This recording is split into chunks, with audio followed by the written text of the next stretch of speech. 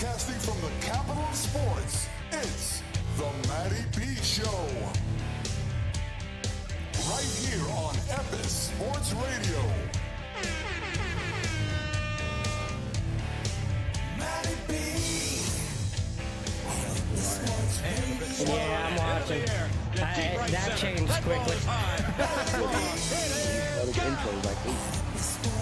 Very deep as White hits one deep to left field. Headley back near the wall. It's out of here! The Mets win the ball game! A 60-point game. Watch out. It's getting interesting. It's over. Game two. Eric Decker holds it in. The Jets win in overtime. Yeah.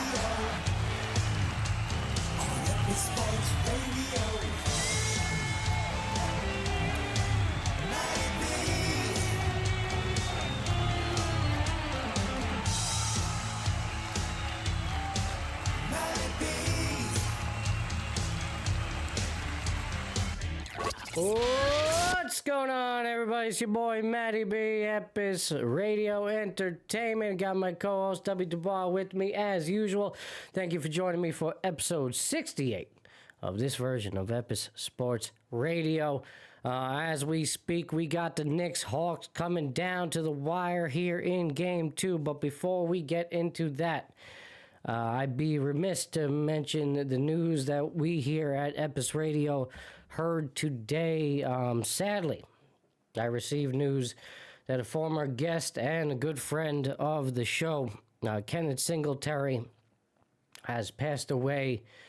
He was on the show about 8 months ago and unfortunately passed away due to cancer. It's been quite the battle for one Mr. Singletary, and those of you that may know him know that he was just a very positive light, shining light.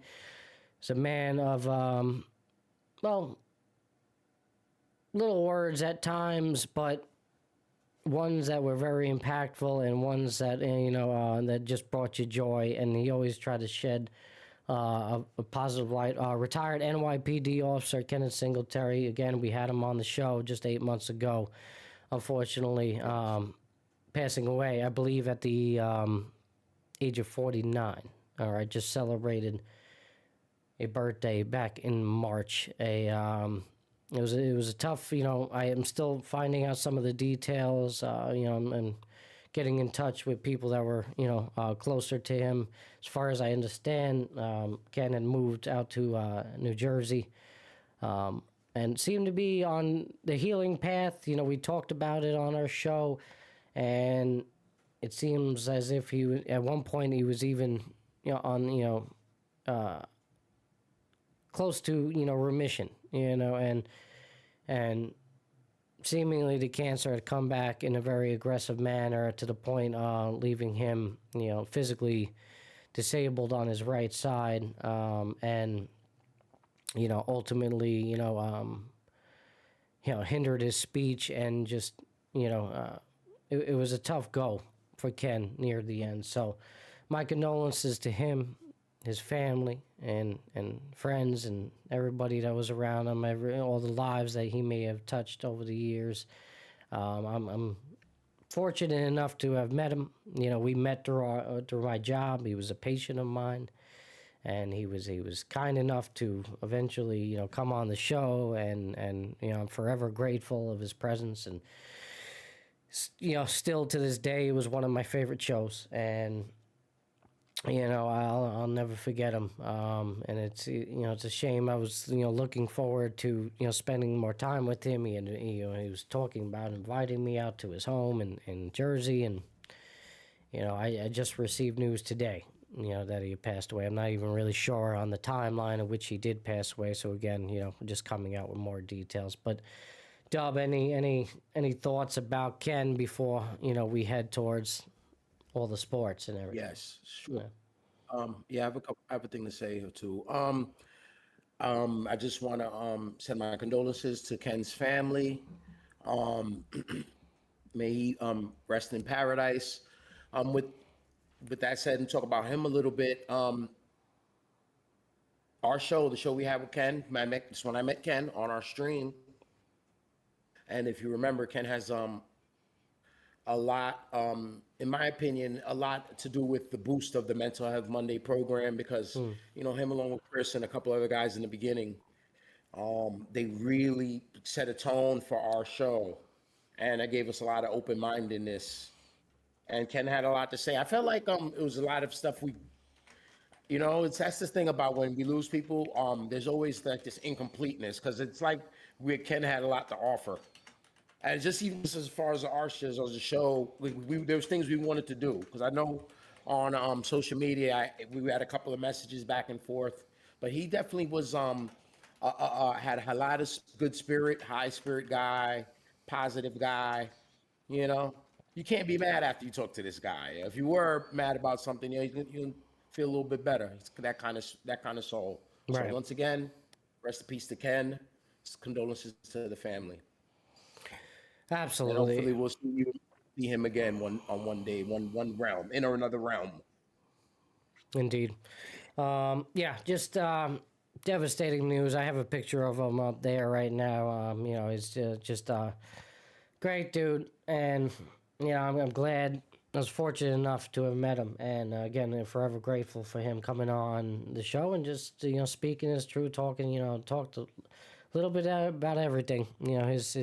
His days with the NYPD, mental health, definitely, had some demons in there, and it was just, just nice to see, another man, coming on and talking about that and, expressing that and, taking a different look into how things are at times, and he didn't shy away from it. He welcomed it.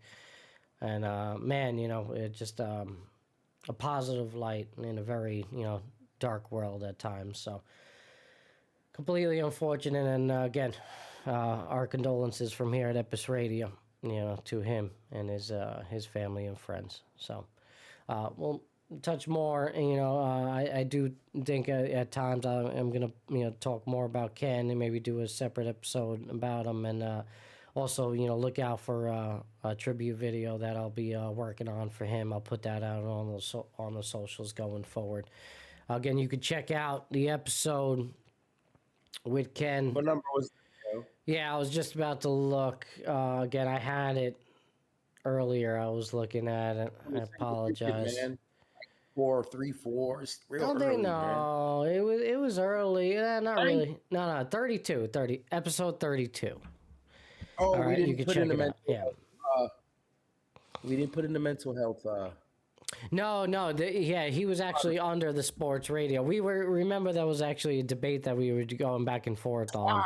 Okay. Yeah. That's why we started saying, you know what, we gotta split these shows up because that was the health show. Yeah, there was a bit of but again, we speak a lot about on mental health issues, and obviously, especially him being in the NYPD, and he spoke about seeing friends, Yeah, and that's why I incorrectly thought that there was a mental health episode. Yeah. Because I remember the episode clearly. Yeah. I remember what we were talking about. Absolutely. So it's episode Epis Sports Radio, episode 32, the interview with Ken Singletary. But I actually, and we also have like a 15-minute video where it's titled "The Pursuit of God and Mental Health," with Ken. That's got that actually video did better than the actual episode in terms of views and all that. So you could check that out. That's a little 15-minute breakdown of the 3-hour episode that we did with Ken. So definitely Ken check that was going out. off. Yeah. Ken was going off. We just be like, you snapping. He would have 8 minutes in a row. He just was going. We were just like this listening. So yeah, Ken did his thing on there. Yeah. Again, a bit like just seemed larger than life type of personality, and I'm fortunate to meet him, and again grateful that he was able to come on the show. So far, interesting game we got here going on with the Knicks tonight, and Ken growing up in Brooklyn, I'm sure he'd be interested. All right, 107-103 It looks like the Hawks are potentially pulling away with this one. Oh, Brunson. Brunson makes the three. Brunson with a 3, and it down by 1 with 7.1 seconds to go. Oh, man. What the hell just happened? Man. Before we get on, it's 9 points. You get on, we talk about Ken for 3 minutes. I We look know. up. What the hell is going on in the garden? Literally, as I was saying, we were about to hit the intro music, it was looking good. Like you said, they were up by 8.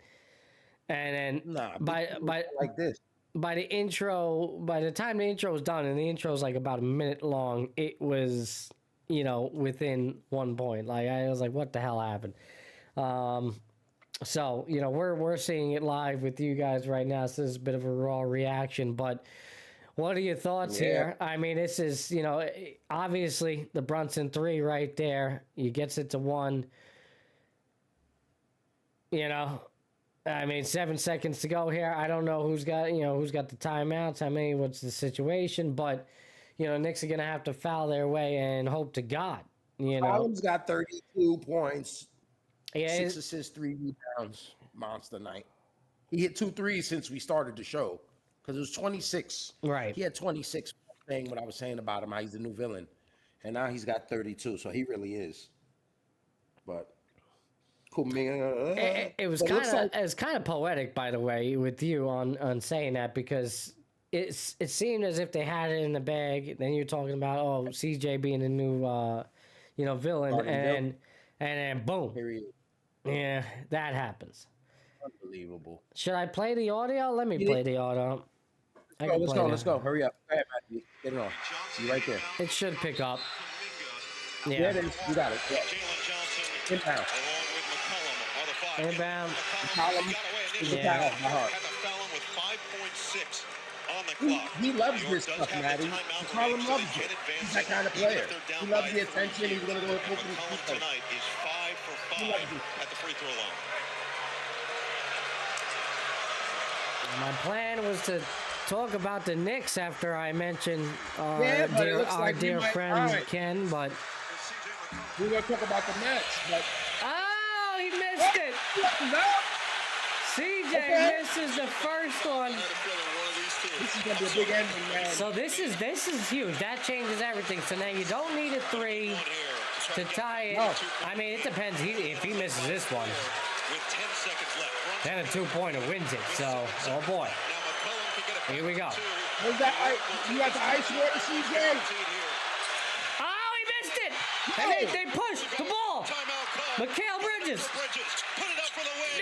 No, he missed it. Atlanta comes all the way back from 13 down and ties the series. It wasn't the greatest look, but you gotta look at. Oh my God! Wow! They had I'm no sorry, TOs. bro. I don't know. I guess they didn't. I thought they had one there, but you know what though? I mean, it was a good look, though. No, you Mark did the can't. right thing. I will say this: there's debate on that, and I've heard actually coaches debate on that. By the way, so that ends it. 107-106. The Hawks steal one in the Garden as they head back to Atlanta. Whoa! Wow! 106. Wow! And then what? They were up. They were definitely up by 13. double digits, right? It was 13 at the biggest in the third quarter. So, CJ McCollum, 32 points, 12 for 22, 6 assists. Now, listen, the strategy right there. I'm not gonna get on Brown. I'm not gonna get on Brown for that, because here's the thing: it's a nice rebound, and you're gonna catch them in transition. And you don't got to worry about the inbound pass either. You're right. I don't You're got gonna a problem catch them with it in transition where the odds are against them. So now you have the matchup. They had it. It's a decent look. It's a decent look. I don't know. I thought it was a great look, Matty. We'll take a look at it again, Matty. He saw the basket. He's got to knock it down, bro. His body was facing it. He's 17 feet away. That's his shot. That's his shot. His shot. It's a nice 2-pointer. He's got to make it. I'm not in love with it, but it's not a bad look. Matty, this is real time. Let's get it up. Can we get it up on the screen? Yeah. Let me. I'm gonna have to find it real quick. Hold on. Man, Man. Yeah, I'm gonna have to probably wait a little bit. Take your time, Matty. They're doing the highlights soon. Yeah. Listen, I'm not going to get on it. Even if they had the timeout, I'm not sure if they did. I thought I did see one. They don't do a great job with highlighting that. By the way, at the bottom of the screen, you don't know. You're left. I was looking wondering. at it. That's what I'm saying. Yeah. What is that, man? I can't tell. I'm trying to see if I can find it. But again, it's not out yet on the social media. Maybe the only thing that I would have liked in that scenario is that you go towards the paint a little bit and you try to get a closer look. But again, you're right. Oh, man. It's that's as good as look as you're gonna get in that scenario. Yeah, Hart. You said what you said.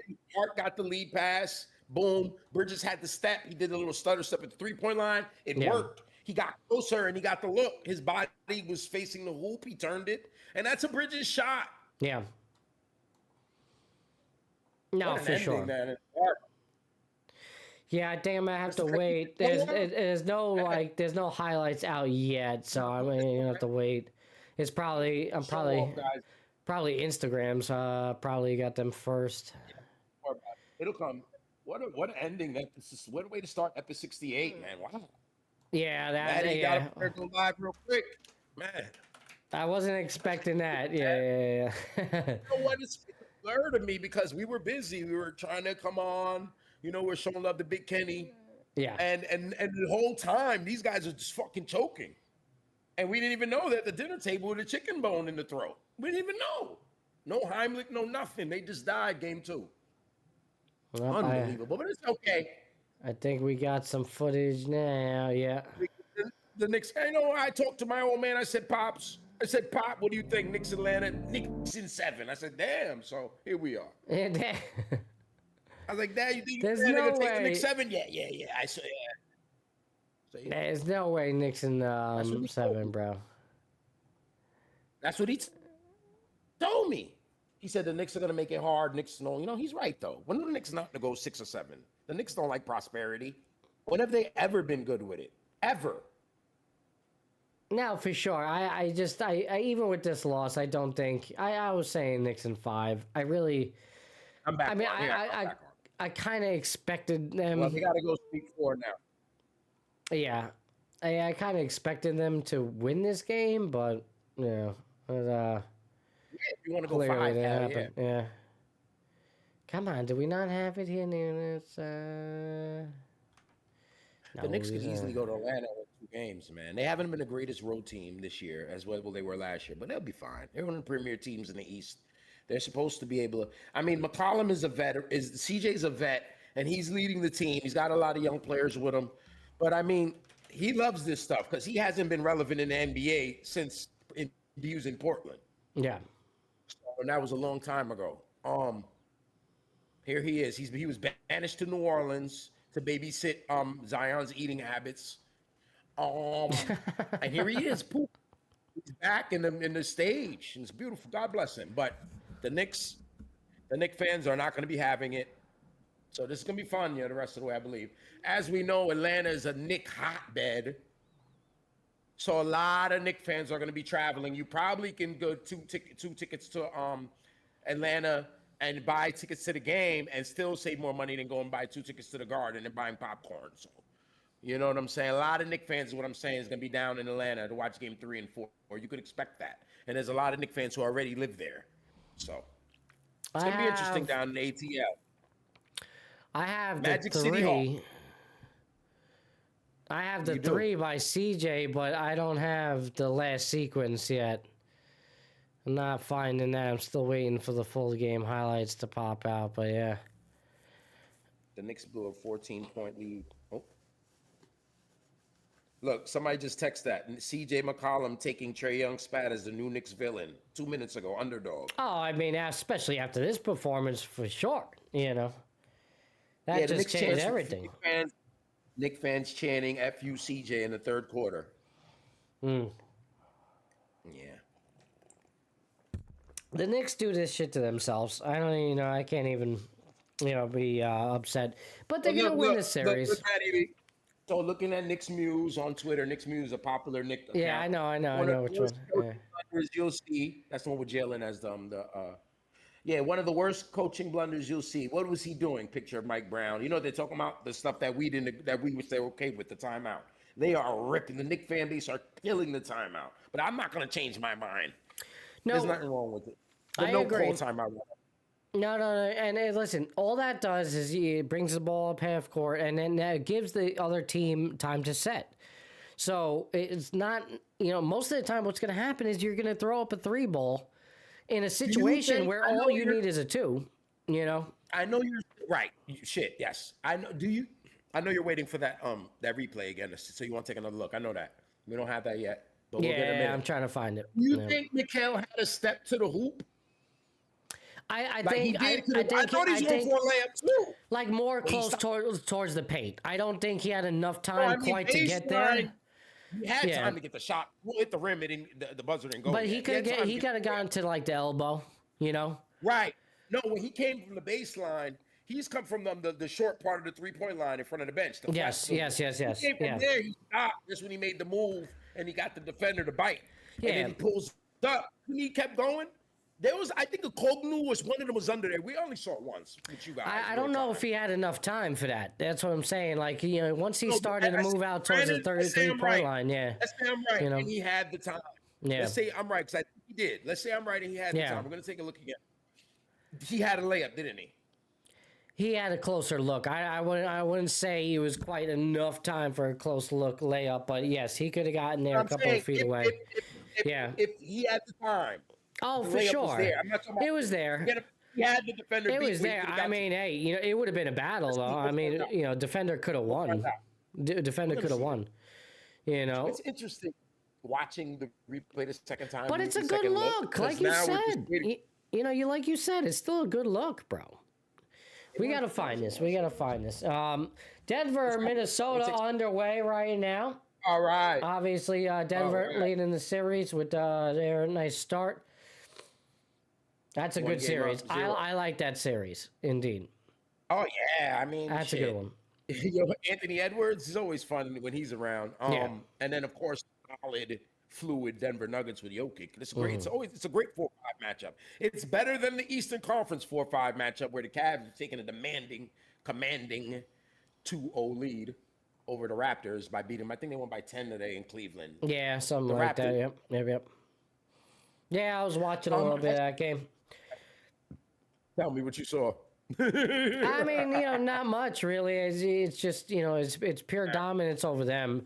I don't think it's very fair in that series. It could be an easy sweep. It's a 4-5. The Cavs are a great team. Ever since the addition of Harden, it's been good. I think the Hawks are a better team than the Raptors. We're finding that out. And I knew going into the end of the season, a lot of us kind of started seeing that. Because we noticed the Hawks and the Hornets were everyone were noticing, turning it up at the end of the season.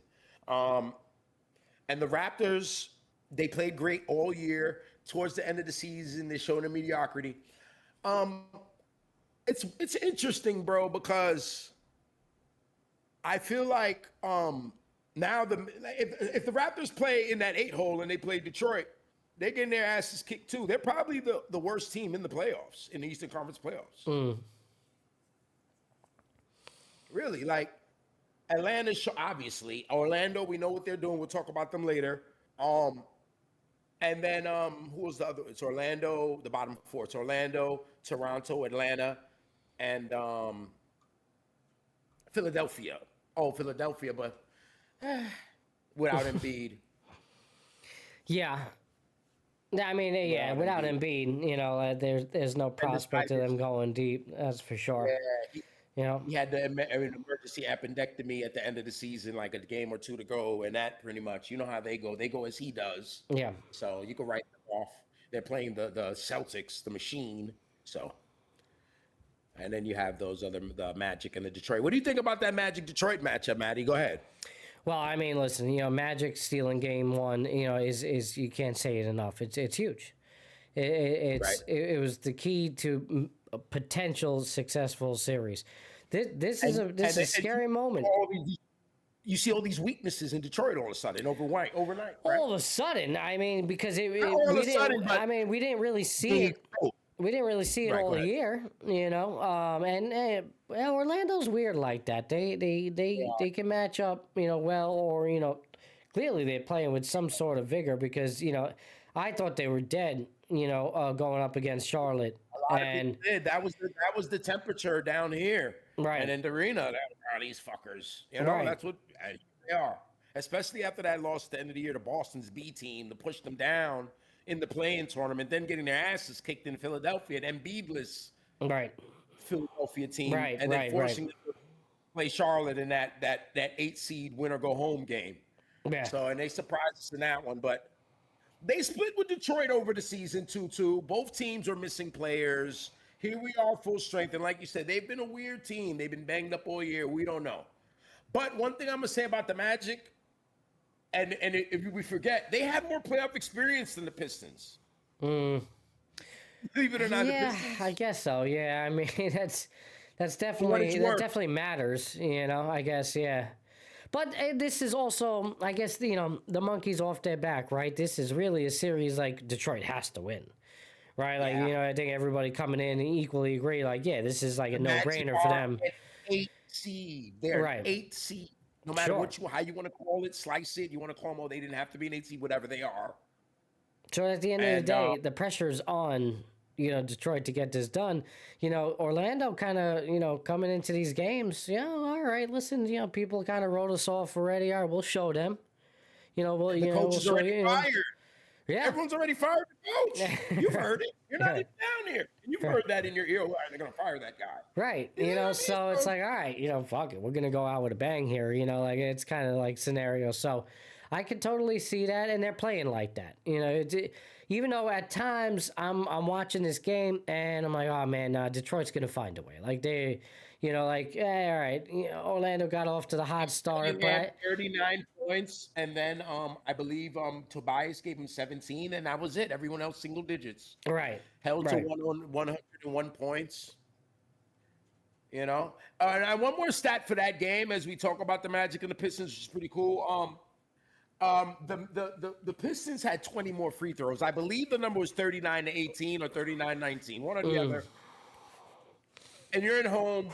You're not going to get the whistle down in Orlando when that comes around. So the Pistons, of course, tomorrow night must win. Must win. Must win. Because then Matty B is going to start writing you off if you lose tomorrow night, Detroit. Well, I don't know if I could necessarily write them off, down. Well, you're going to get the pen and pad out. Oh, too, but You're going to obviously, take the pen and a little notepad out to get ready to. yeah, no doubt about it. You're right. Certainly, it's not a good scenario to be in, and the ability to come back from that is the probability of coming back from that is unlikely. the Knicks- So yeah. The Knicks, on the other hand, they're also a top seed. They're the second. Are they the second top seed to lose a home game? Who else? As of right now, well, we're still seeing the game twos, right? So, Yeah, who this else? is the So I Knicks are think the that's second it. one. I think the second, yeah, Right. because everybody so, else, won. Them, on the other hand, of course, they played 2 games.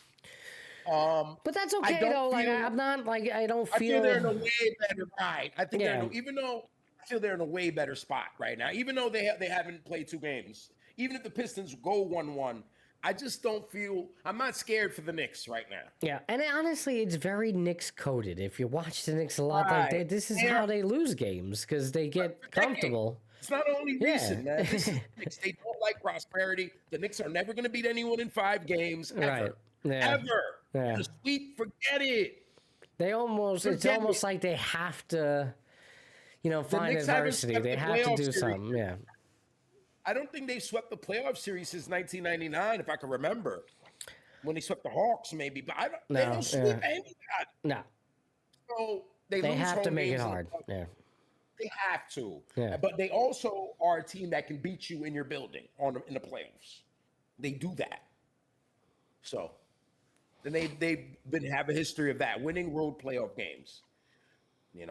And one more thing about the Pistons is they are an 11-game playoff home losing streak, dating back to the Ben Wallace Pistons, dating back to last year, losing 3 home games to the New York Knickerbockers. They're on 11-game home with losing streak in the playoffs. There you go, brother. Yeah, that's pretty crazy. tough.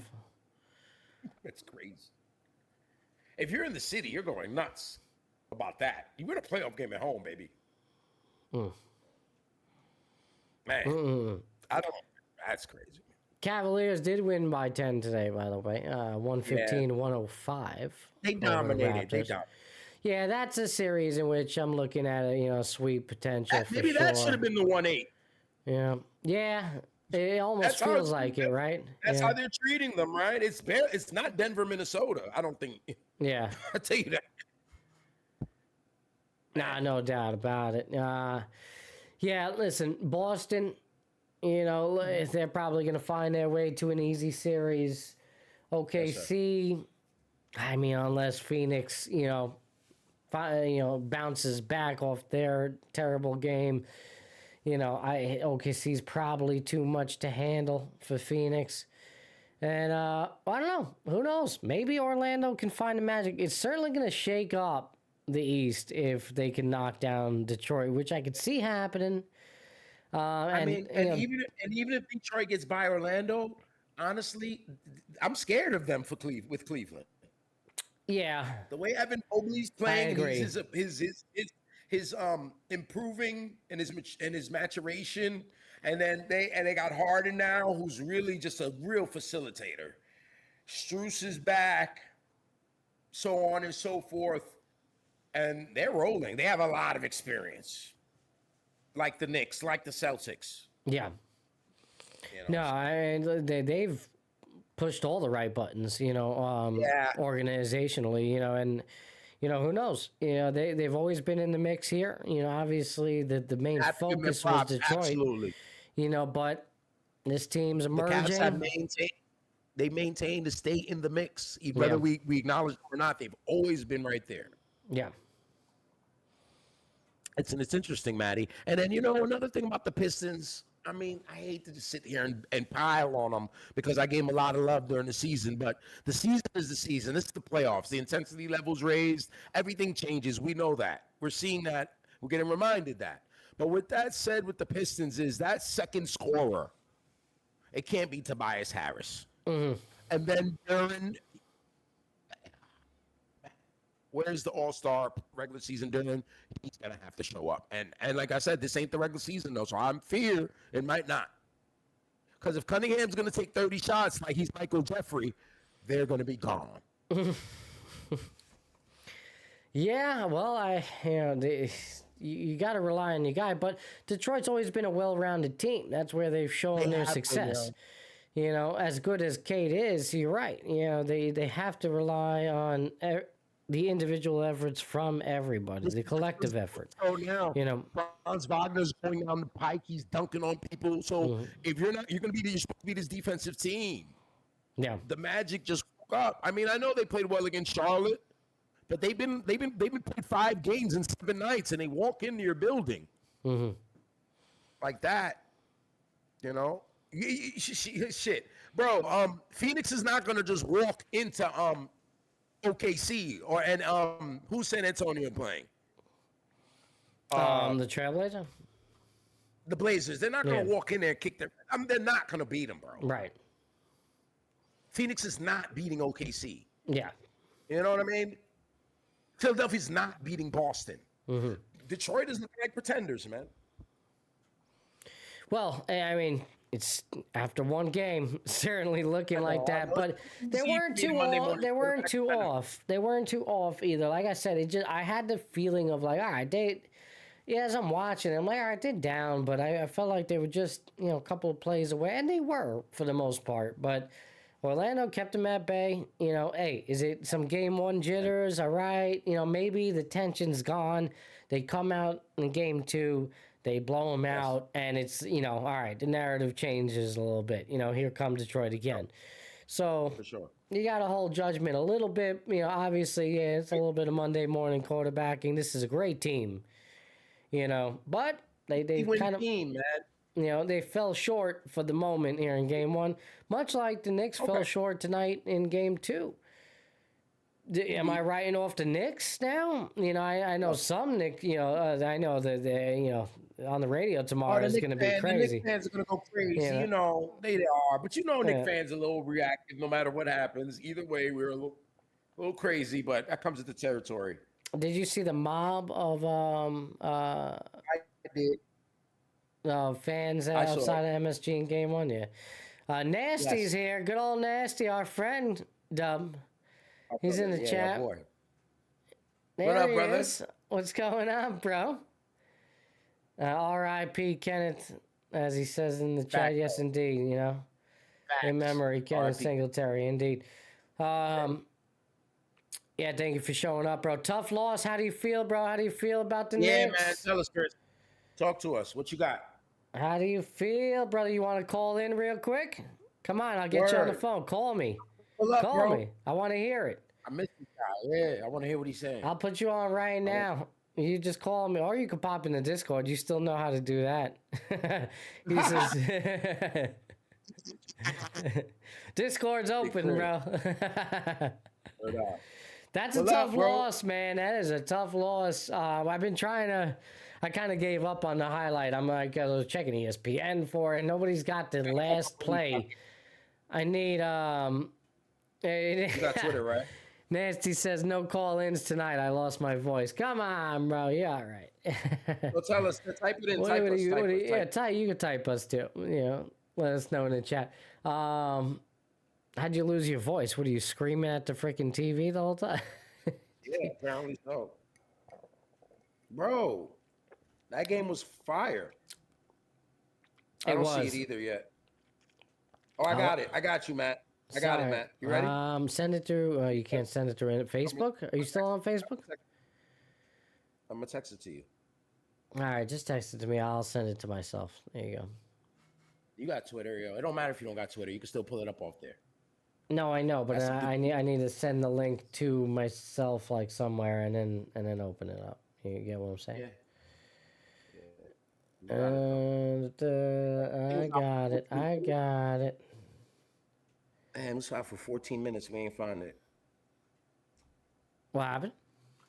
No, I mean this replay. This was tweeted 14 minutes ago. Oh, really? Yeah. I don't know. I know. I was trying to search. You know, I couldn't. Me neither. Me neither. I'm saying. Me too. Yeah, bro. I just looked at it again, bro. And what are your thoughts? Hold on. Yeah, I got it now. Here we go. Yeah, it was 1 second left when he took the shot. Didn't they have a timeout? Oh, no, it says the bonus. How many timeouts do they have? Where does it say where the timeouts are? Are you sure, or is that the bonus? What is that at the bottom? It doesn't tell you on the display. That's the bonus. They don't tell you. That's the bonus. They don't tell you. Are we sure about that? All right. I'm positive. It doesn't matter. I still stay steadfast with it. On the call, they're like, no timeout call. If you look at the caption, yeah. All right, I got it for you here. 107, 106. Again, you can play back our reaction at the top of the show, and a little shortly after the opening monologue. You heard our live reaction to it. Me and Dub were both on the side of we're okay. We're okay with it, and I'm gonna stay steadfast. This is now the second time I'll be seeing it. So maybe I'll change my mind, but I still think they made the right call not to call the timeout. And I explain why, and we can talk about it a little further. Ball comes off the rim. 5.6 seconds, ball comes off the rim. Here we go. And this ball. Go get the rebound. You see him? No timeout call. Get it up for Bridges. Put it up for Yeah, you see how he cut back? I mean, yeah, bro, there's enough time. I'll play it back one more time. There's enough time for him to make a cut. One more time.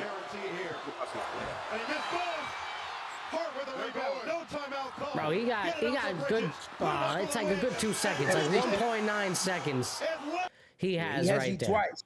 He wanted that shot. He wanted to shoot. But again, that's not a bad shot either. Like let's see. I could even pause it right there. Let me find it. Will's calling me. Hold on. Let's see if he wants to come on the show. Dub, take it away real quick. No, Will was talking about Jalen taking 26 shots and Cat only 12. So that's what we're going to come here and talk about. That's what you're saying on YouTube. But the guys, look, Bridges had the shot.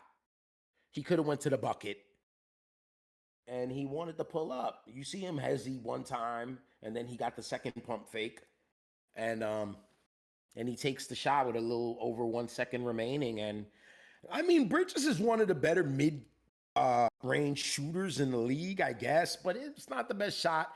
But the Atlanta defense had committed. He had a lane and he had time.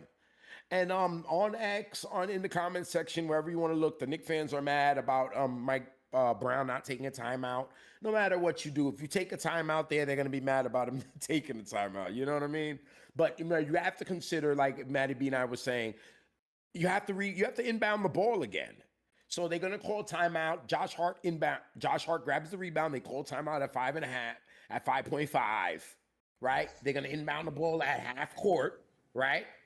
And they're going to have to run a play with 5.5 in the half court. Or you rather that, or you get Bridges had the step when Hart gave him the ball. So if we're going to cry about the timeout, I just don't agree with it. I think the no call timeout was okay. It was a good look. Because when Bridges got the ball, he had 2 opportunities to get to the bucket, and he had the Atlanta defense committing.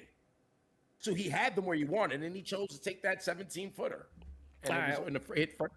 Right now, we got Will with a live call in. Will from Long Island. Will, what are your thoughts about the Knicks losing Game 2, 107-106?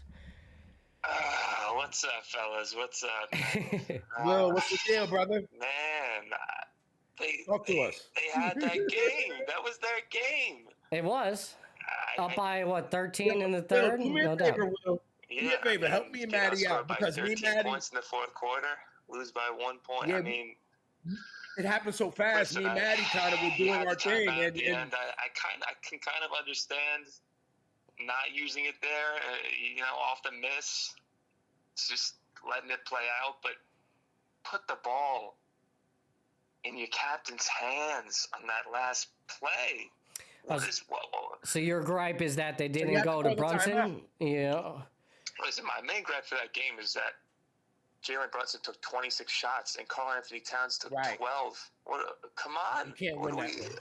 Well, that's been the formula, the winning formula all year for the Knicks. I know. Yeah. Especially with Cat, you got to keep the morale up with that guy. I mean, get some more shots for him.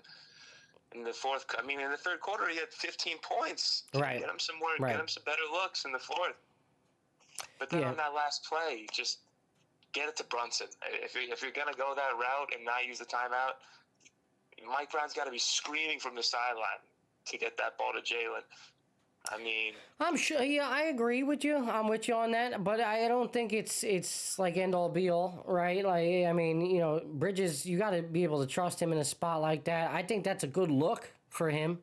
I would have maybe liked him to get a little bit closer. Maybe instead of stepping back towards that the baseline and the 3-point line, maybe stepping forward towards the paint, maybe the elbow, get a little bit closer look. But still, it's not like the hand was completely in his face. Like, he had enough space.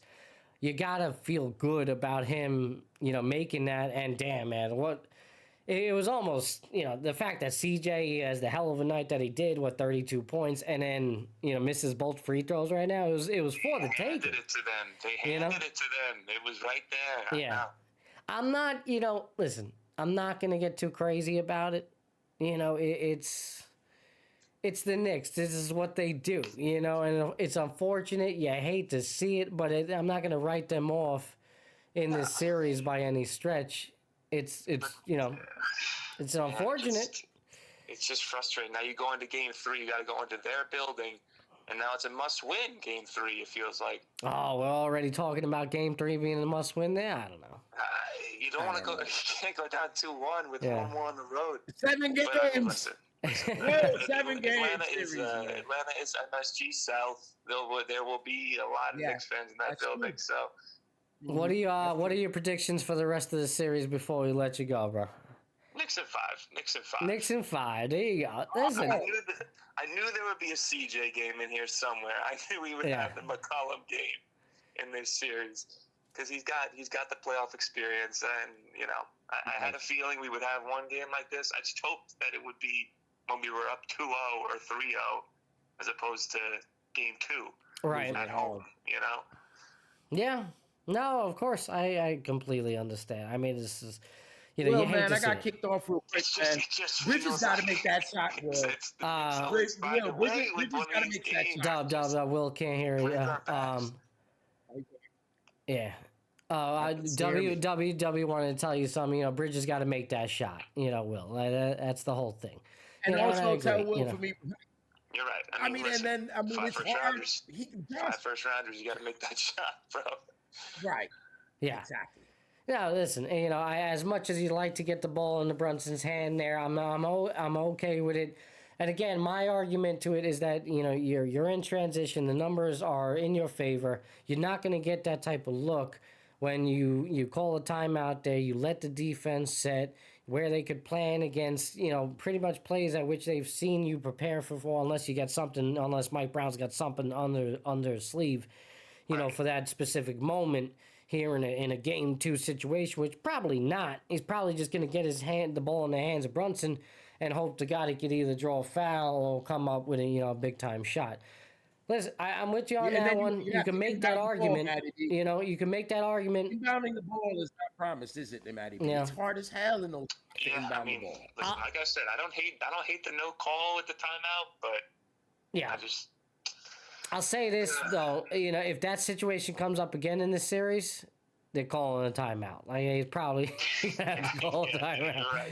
So and then maybe then we could get on him, because if it ends up in the same result and it doesn't work out, all right, fine. But listen, if Bridges drains that shot, it's a completely different narrative right now. We're like, ooh, that's what frustrates me. It feels like if Bridges makes that shot, if Mike Brown was trying to be he was trying to look like a genius, letting them play that out when the real safe bet is to just call a timeout and draw up your play and get the ball in the right hands.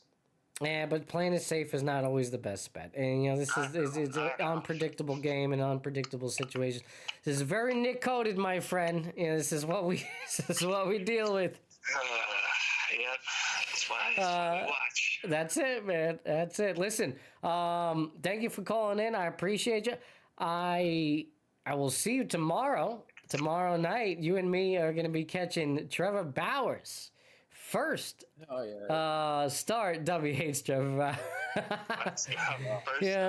First start for the Long Island Ducks, and the first start in the United States, right? Since he's been away. Boys. Full consolation. I will be hate watching Trevor Bauer. I'm not going in support. Okay. W likes that part. W likes that part. There you go. but it's must see TV for a Long Island. No myself, doubt. I agree. Yeah. Agreed. And I hear you, brother. Epis Radio is going to be in attendance. It's going to be great. I can't wait for it. Let's go. Indeed. I'm going to have my man Will with me, and Dub's got a question. Hold on. Let me relay the question to you. Sure. Towns 8 of 12. 8 of 12. Like he said, Towns took 12 shots. Hart took 11. Yeah. Anunoby 9, Bridges 10. And then Brunson 26. That's the starting lineup. Oh, I thought there was a question in there for Will. All right. No, just tell him it. He could go crazy off of that. The shot right. chart. Towns pointing 12, out the fact Hart that 11. Yeah, for pointing out the fact that between Hart and Towns, the shots were relatively low. Meanwhile, Brunson, the same amount of shots. right, relative, to Brunson and his efforts, but. Either way, you can point out a couple of things. I mean, the defense in the end of that fourth, is unacceptable. The fact, again, like we were talking about it, I literally hit the intro music and an 8-point lead went to a 1-point lead, and it was like, what happened? What happened, bro? No one will explain I agree, man. There's no reason. There is no reason for Cat to be. I want to know what happened that last 2 minutes. Twice as many shots by Jalen. There's no reason for that. Well, Cat is talented. Yeah. No, absolutely. Dubby's asking, do you know what happened in that last 4 minutes? Because we were trying to, kick off the show and all that. Were you, super locked in? I'm sure you were. I don't know if you could recall or whatever, but it seemed like CJ hit a couple of big shots down the stretch there. What happened? What I was really scratching my head on was that Jalen was going one-on-one with CJ, possession after possession, and just getting cooked by McCollum. And I'm like, they got 3 wing defenders out there to throw on CJ when he's their best scorer. Why do we have Brunson going one-on-one with CJ? Him. What are we doing? It was 3 or 4 possessions in a row where CJ was just was guarding him? crossing him up, So Brunson was going right guarding to him? the paint and scoring on Jalen every time. Oh, wow. And I'm just like, can you switch So Josh onto him, get Mikal onto him, get somebody else onto CJ? And that's what ultimately, I think, caused the loss. Because Jalen, I love Jalen. He can play. He can have a good possession defensively here and there, but it just wasn't the right time to be testing him with McCollum. I think that exposes a bit of the issues with the Knicks. Teams can expose that late down the stretch, if they play their cards right. And certainly Atlanta, did tonight. Listen, like you said, Knicks in 5, that could very well be the case. Something tells me that may not be the case anymore. Listen, CJ McCollum is not going to do this to us every night. No, but he might force a game 6, that's for sure.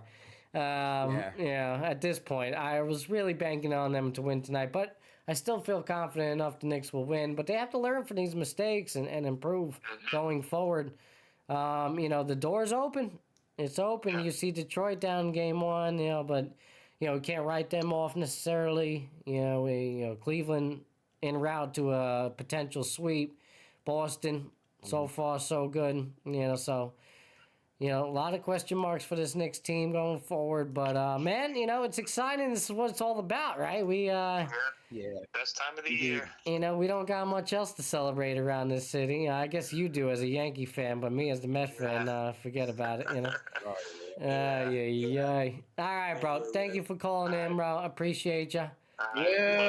I'll see you tomorrow. And, man. We'll talk. Later, man. Peace. Thanks, Will. All right, you just hear from Will from Long Island calling in. Sorry, Dub. I forgot to mention to you that he can't he can't hear you because of the headphones and all that. I got to tell him. Yeah, I'd have been more ready to do a little tag team. No, I know. It's kind of impromptu, so I got him on the phone. You know what I mean? Got him tapped in with that. It was a raw reaction. Yeah. The things that Will said, to me, a little reactionary. But it's all good. I do think CJ can cook us again. Yeah. He's the kind of player. When I talked about it earlier in the show, I said that he was the island of irrelevance in New Orleans. He was there to watch Zion's weight, and he was forgotten about. This man averaged 20. Bro, your mic is choppy a little bit there. Maybe it's too close. But this is a guy who averaged 10 points, who averaged 20 points per game for 10 straight seasons. He was on the island of irrelevancy with Zion, watching Zion eat. And we forgot about him. People think he's done or whatever. No, he just was on the bad team in New Orleans. And here he is again. He's only 32. So he's in his prime, he's seasoned. And like Will said, he has no business holding, Brunson has no business guarding him in the fourth quarter. The thing about the Hawks they're going to try to exploit Jalen's lack of man-to-man defensive abilities, right? Mm-hmm. So if they swap out and put Bridges on him or Hart or whatever, that means Mikal Alexander-Walker is going to be doing his thing. Because he's a threat too at 6'6". He's another 20-point per game guy, and he's emerged as a scorer in this league. Shai's cousin. And that's a bad matchup for Jalen as well. Mm-hmm. So, they just got to protect him defensively. And another stat, the minutes, we talked about Mike Brown all year, but they didn't use his bench today. Mm-hmm. Besides Mitchell Robinson, they didn't use the bench. Forget about it. McBride, 13 minutes. Clarkson, I noticed not minutes, really Shannon, going with Alvarado too much, Alvarado, 8 minutes. Only Mitch played 18 minutes. effective, of course, but still only 18 minutes.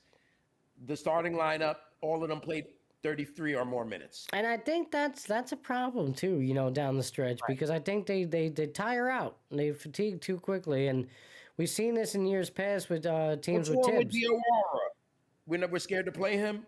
He looks like he could play, man. Right. Scared to play him in the playoffs. Yeah, I think that's going to have to change. I know that teams have a tendency to downsize a little bit come playoff time, and guys playing extra minutes and all that. But Knicks are not built that way. They need their depth, and it works to their benefit. And you see it, yeah. That's why Tibbs was fired.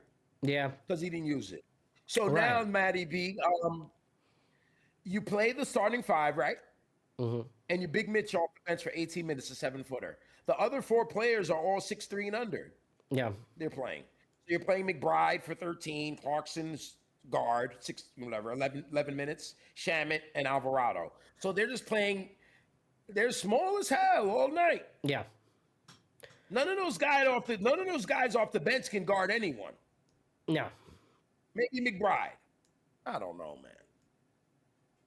And, I guess, Alvarado, he's got, he brings you some value, but you got to, pick your spots.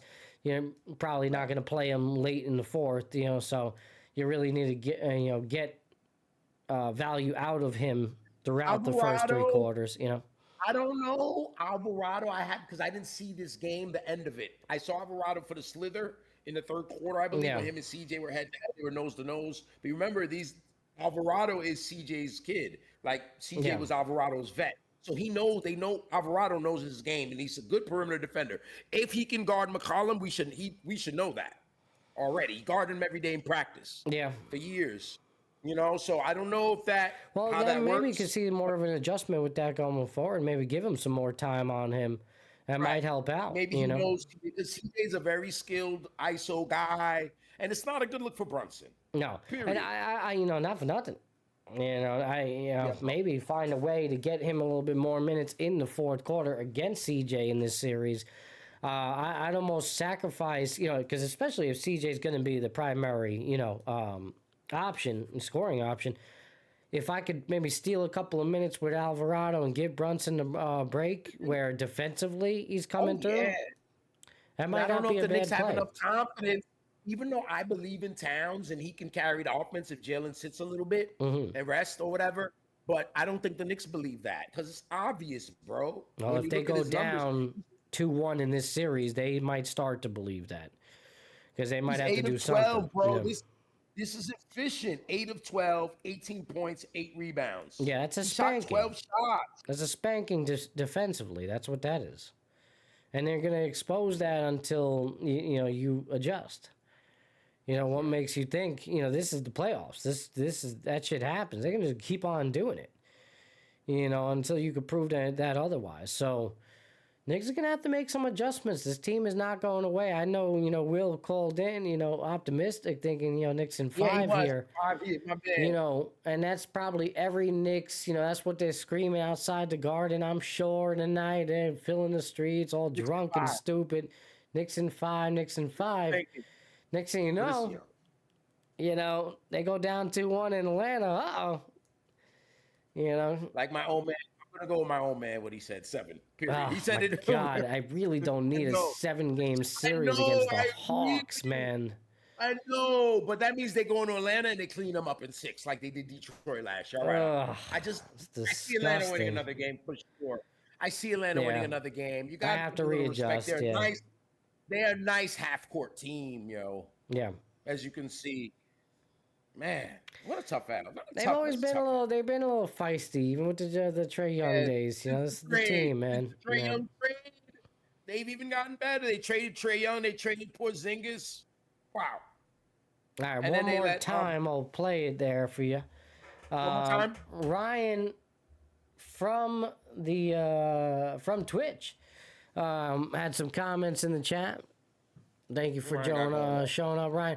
It's like hero ball. I love him, but we need more ball movement. You can see the struggle of scoring. Playing it safe is indeed the best thing to do every time. I don't know about that. I don't know if you can make that argument. We've seen, transition finishes like that before. You know, I don't know. Maybe we break it all down over the history of the game. How how the decisions, last second decisions to call a timeout, not to call a timeout.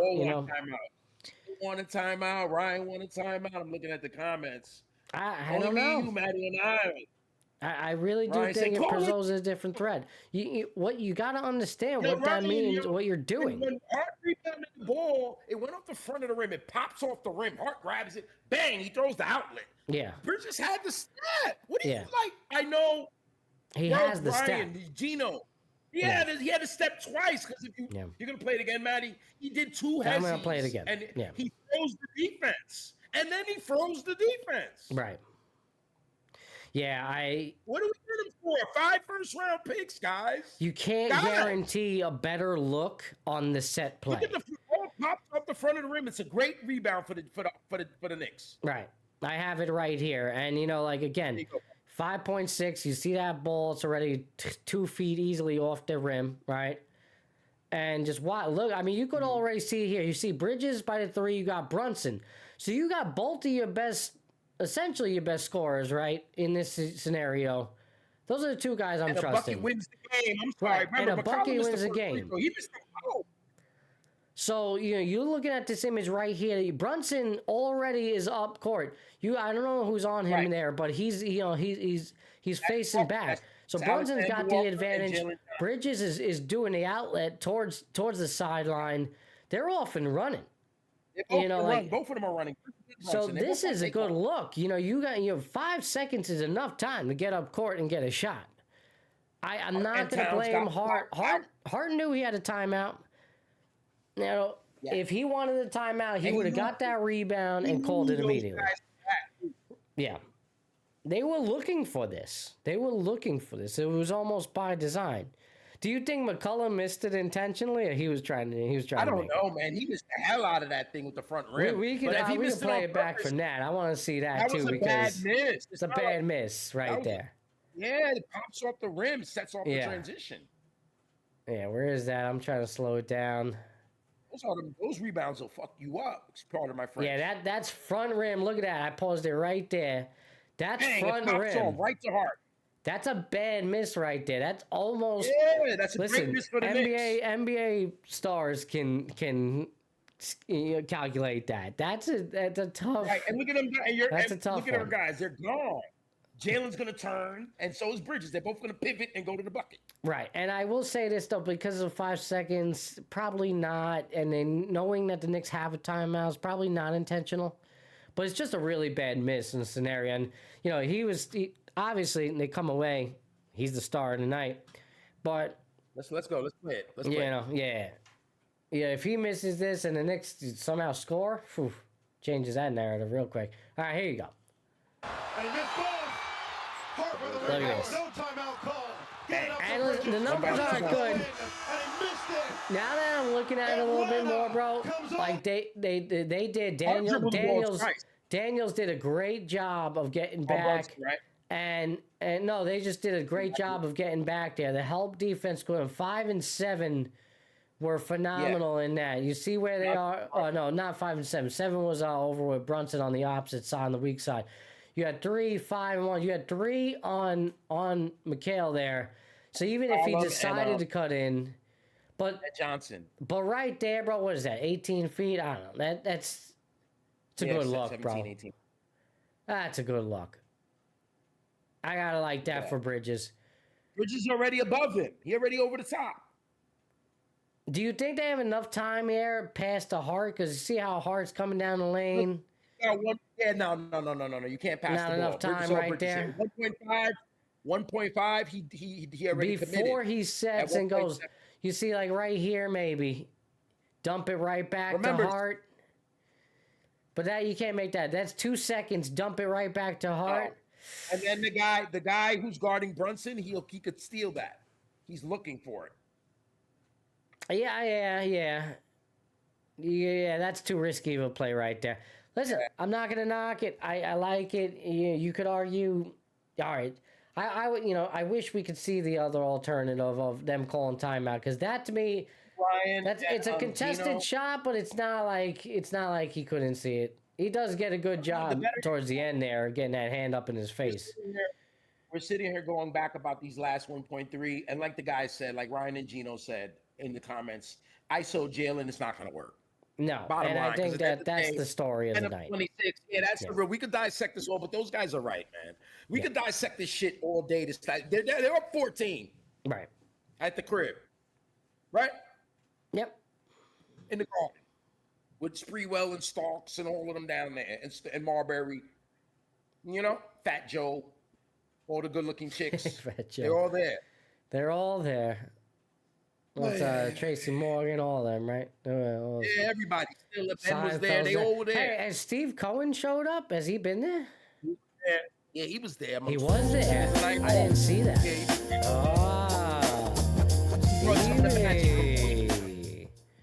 He brought some of the magic from Queens with him. A lot of conversation about that. Sick. Well, Knicks fans, it's okay. My boy, the sky isn't falling just yet. It's just a game like two Will loss. said. Like Will said, I said it earlier. Will said the same thing, bro. Atlanta is another Knicks. It's like a stronghold for Knicks fans. Yeah, it probably is the number one place in the NBA. You know, for Knicks fans, it might be number one. And they're gonna be flying in. They're already living there. Some of them, the Knicks are gonna. It's gonna be a comfortable environment. Well, the Knicks travel well. Their fans do indeed. Magic City Hawks, baby. Oh boy. Nah. Ever since that Magic City shit, they turned up. I don't.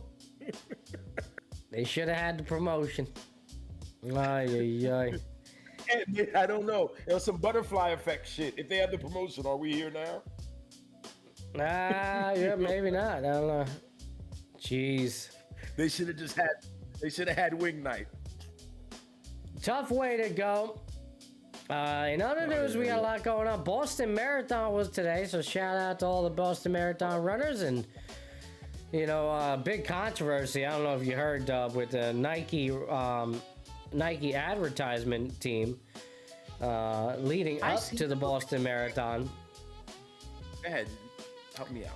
Yeah, no, they just released an ad basically pace shaming, walkers, the people who walk in marathons. Said, runners welcome, but walkers tolerated. And that was like an actual ad that, a lot of people got butthurt over it. That's a thing in the running community, a lot of pace shaming. And it's not the first time Nike has done this, by the way. Nike is very elitist in their approach in terms of advertising sometimes. Because I'm an NRC guy. I use the Nike Run Club app, and they have walk runs in there. There you go. So look, that's even more redundant. You know what I mean?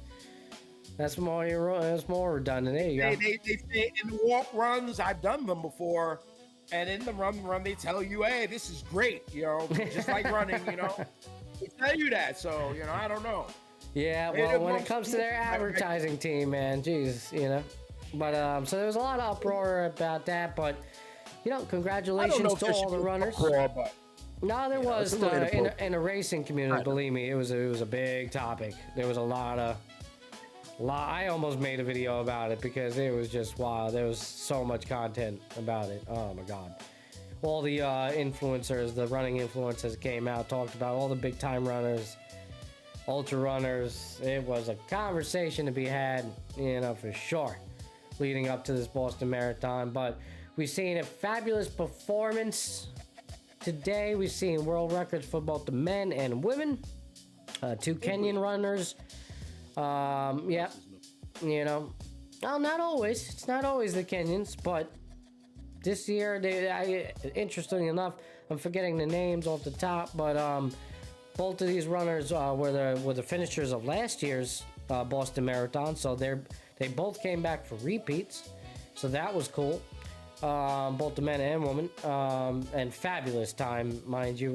201 or 202? I think it was like 201, like slightly sub 2 hours and 2 minutes for the male And for the women, I think it was about 2:09 time for the full marathon. It's just absurd paces. Honest, and like just the Kenyan people, that is their shit. Like they're physically built to run. Yeah. And you're like, say that's crazy. But like Sherpas are physically like evolved to climb mountains. And then you got people in the Philippines who can hold their breaths underwater because their people are underwater hunters. The Kenyan people were physically evolved to travel long distances. So here we are, man. To beat one of those guys in this spot, man, you have to. Wow. I'm not saying it's impossible, but how many regular a guy from Canada or American guy is going to beat a Sherpa up a mountain? How good you got to be? Well, the American finisher for the men's actually broke a record too. It is the fastest ever time for the for an American, and got pretty damn close.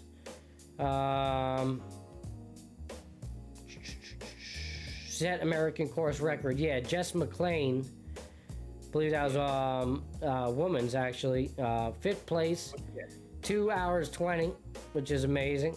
I gotta find the men's because the men's. First place? The first place was John. I'm probably pronouncing the last name. Yeah, I'll give him both. Let me just mention both. For the men's elite, it was John Korir, Korir, Kenyan.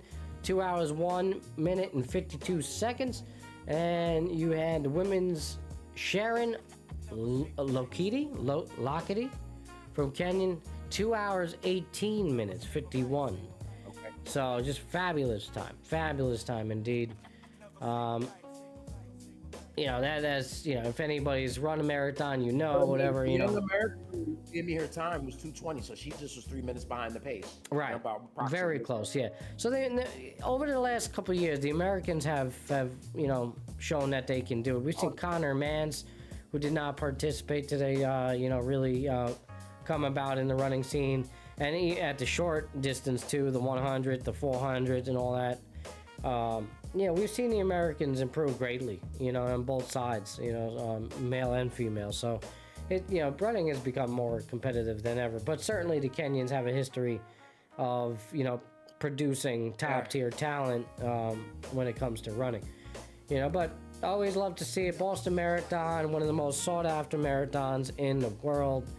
And that's no exaggeration. It's probably the most famous one at this point. Really cool to see. On a Monday morning. Monday morning, it's a national holiday for the running community. So, again, cool to see. Awesome. And congratulations to those that participated and finished. I know quite a few people that were out there and doing their thing. So, it's cool to see, man. I not going to lie, I had a little bit of FOMO just seeing all the stuff come out, but I got my race coming up in 2 weeks, so, that's my whole thing. I got my own marathon. Technically, it's an ultra marathon.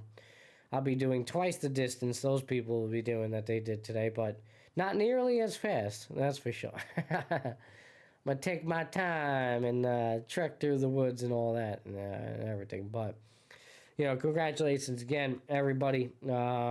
Big shout out to my man, Anthony Morales, also NYPD officer. Running another Boston Marathon. I didn't check in on his final time, but I know he did well. Sub 3. He's a sub 3 guy, no problem. He got that in the bag. So just one of the best runners for the NYPD as we speak.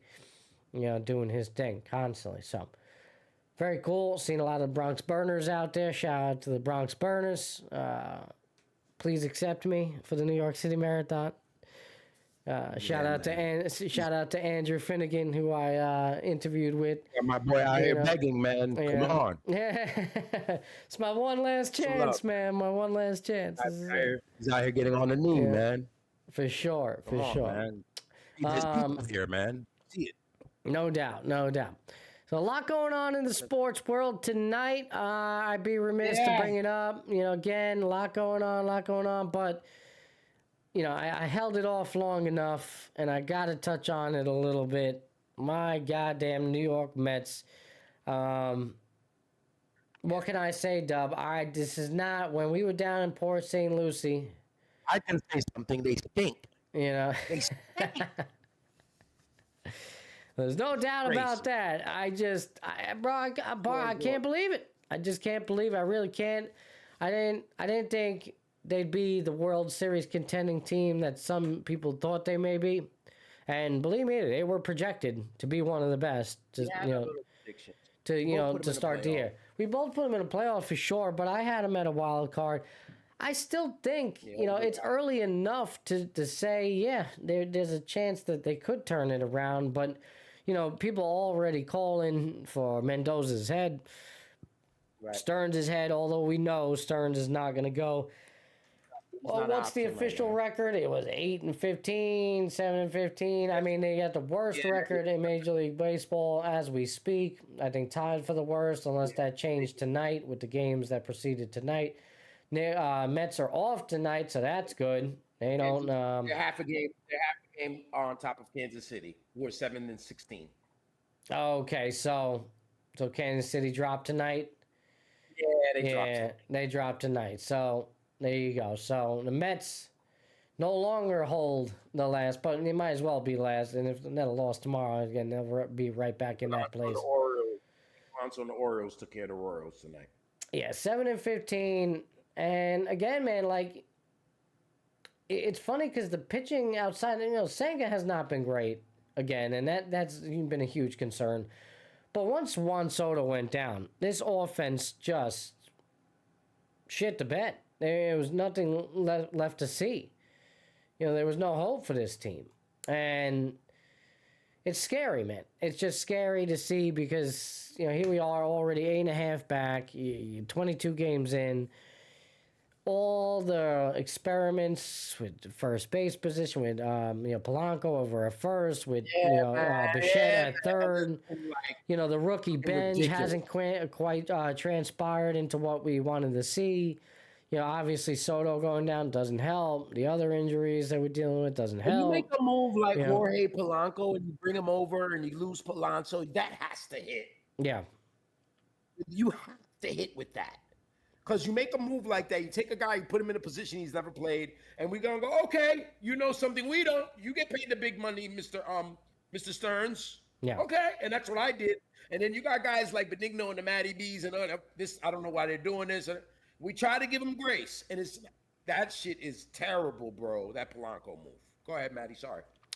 No, you're good. And then we take a look at what Lindor's going through. I mean, batting sub 200, just atrocious. Why? I don't think he had an RBI in like the first 15 games. I mean, how do you go 15 games to start the year and you don't have an RBI? You didn't have sack fly, nothing. We've seen play after play of him, getting picked off, of making mental errors in the field, not knowing how many outs there are, and seemingly just looking. Listen, I know losing will do that, and put your team in a state of just constant depression and all that, and the vibes will be off. But I mean, it never looks like this guy's smiling. The only time we have seen him smile is after getting striked out by Ohtani. Out of the sheer, amazement of, people got on him for that, by the way. I heard Boomer get on him a lot on WFAN.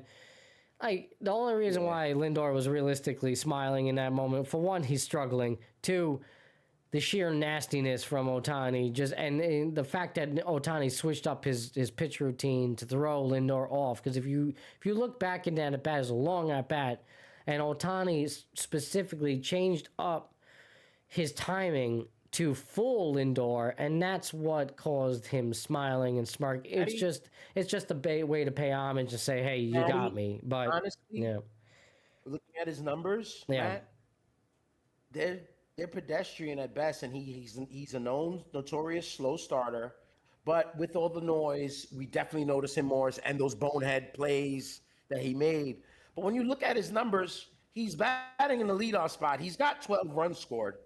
He's 18 of 88. All of these guys stink. Yeah. No, I mean, Simeon's got Brett Beatty's got 21 strikeouts and 1 walk. Bichette's got 23 strikeouts and 4 walks. Come on.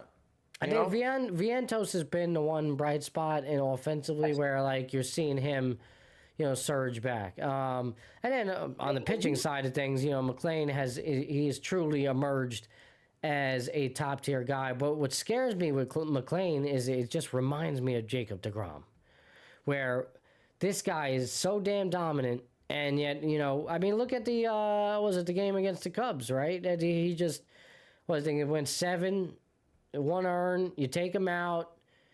Probably shouldn't have taken him out. I think they brought in Brooks Raley, and then next thing you know, boom, 4-1. And, it's your typical Mets loss. Mets offense stinks. The pitching's been decent as hell. It has been good. I think that's overlooked in this 11-game losing streak. Pitching's been decent. Sanga's been terrible, but their bullpen's been nice. I know Williams last couple of games, and I haven't seen a lot of games, man. I'm not going to act like I have. Yeah. But just the numbers in baseball, you got to walk. If you're going to strike out, you got to get walks. Yeah. They're not walking. Lindor scored 12 runs. He's got a couple extra base hits, but no one's going to drive him. A lot of the numbers from Lindor have been in previous games. So you're seeing, the numbers start to uptick. But those first 50 games were absolutely atrocious. He wasn't doing nothing. Luis Robert is probably one of their best offensive players, and he's hitting 257. Yeah. Yeah, I mean, you're seeing, even Jared Young, making contributions. But that can't be the solution, right? You can't have a winning formula and rely on guys like these. And something's got to change. Even when you look at Benj, maybe, got to consider a move with him. The rookie might be quite ready for the moment. Maybe send him down. Hear me? Hear me, Matty? Yeah, you're good. You're good. I thought I jumped out. But yeah, man. Man. Gino says they were trash before Soto went down. That's not true. That offense was definitely. It was. Kind of right, man. They were on a losing streak. The sample size wasn't great, but Soto certainly made that lineup much better. You take Soto out of the lineup, and it ruins everything. Yeah, I'm sorry. Just the lineup's not going to be good then. It's very imperative that he's in that lineup. If he's not there, it's a problem. It exposes that lineup very quick. But this... one against scheme, I thought the offense could be. Well, right, sure. That was... They certainly off to a high start, with that game. Yeah. And there was a lot of reason, O'Neal in center, messing up, reading the ball and all that. Like, that game got away from them, Gino, I have looked at all the games, and I watched. Yeah, we know. They can't score. No, it's not that you're most likely right, Gino. I'm not disagreeing with you. You're right. But you got to understand, one, it's a very small sample size. It's very early. They're only 22 games in. Soto has missed how many games now? What? I don't know, 5, 6 games, Those 11 games they've lost, he probably was there for 4 of them, right? Not much. Not much. I look up real quick, his number. Regardless, we're talking about a very small sample size, and the second he left that lineup, it went atrociously flat. There's just no production, and that's to be expected. This team has the same payroll as the Dodgers. It's almost the same, bro. That's a tough pill. That's something, isn't it? They're right there with each other. A couple $1 million. Yeah. He only played 8 games. I was surprised to hear that. He only played 8 games. He was averaging .355 with 5 RBIs, 11 hits, 3 runs, 3 walks, 6 Ks, whatever. But, production. He was batting .355, dude. He's only played 8 games. So there's 22 games. He had a couple days off before that. No, he had a couple of days off before that, though. I'm saying, how many games? Not much. Did he, 1 or 2 games off? 3 of them? I don't know, 1 or 2 games off, bro. He's only played 8 games. It's been 22 games. Again, that's a very small sample size. You're taking away a .355 hitter in the early part of the year out of that lineup. Who, by the way, he looked very good. He was doing his shuffle. Looked very good to start the. If there was anybody, if there was anybody that looked comfortable and looked ready to go, it was him right out the gate. And we've seen it in the World Baseball Classic, although the numbers weren't crazy, but we've seen it. You see the production there, and again in the small 8-game sample, you're seeing it. And I'm sorry, you can't make the argument that they're terrible with him, because they're significantly better with him in that They was lineup. on a winning streak. Yeah, and the way baseball works is just now you can position guys differently in the lineup. It matters of how guys get pitched. It just changes the whole dynamic. It changes everything. He got hurt. Yeah. He got hurt in that San Francisco series in the beginning of April. They went on a win. They were on a winning streak, and he was on the IL. And they won a couple more games after he went on the IL. They won. They won 3 out of 4 against San Francisco. Then they won that first game in Arizona, at home against Arizona. Sorry, when they came back, and then it went bad with that A's series and then the Dodgers. So Arizona beat them 2 out of 3, and then the A's, Dodgers, Cubs. Yeah, you can't say that all the guys are going to hit Gino though, because I mean that's just a pipe dream. You have to assume somebody's going to slump. Benja's got a hit. All right, Bichette's got the money. I mean, he's been awfully disappointing. But, it's not the first time that the Mets signed somebody new and they struggle in their first year. That change of environment does shit to people. And in the midst of a bad losing streak, it's not good. That's not going to cut it for Bichette. Which is essentially a 1-year deal, as we're being told. Now you're calling it a 1-year deal, yeah. right? No, that's what we've been told. So, and it might be at this rate, it might be a 1-year deal. Yeah. If he stinks, and maybe he stays. Yeah. Right. Yeah. Oh my God! When you talk about bad, him and Simeon's been even better, and he stink too. Evan Roberts was from WFAN was calling for Mendoza's head today, and not because Mendoza necessarily deserves to be fired, but you need to put the blame on somebody. Do you agree with that? Do you think that they should go after Mendoza right now and set an example, shake it up a little bit? I mean, certainly in some spots, you look at that McLean start. I'm leaving McLean in, especially in the midst of a losing streak. I'm leaving him in the finish to get out of that big spot. You take him out there. It's decisions like that piss me off with Mendoza sometimes. And it's just I just don't know what else he could do to get this team going. But he doesn't seem to have the locker room or the pulse, And then you got David Stearns over there, just laughing with his press conference or that little smirk of his. I mean, yeah. Honestly, when you talk about taking McLean out of the game, and the Mets, when you look at, like I said, I haven't seen a lot of Mets all year.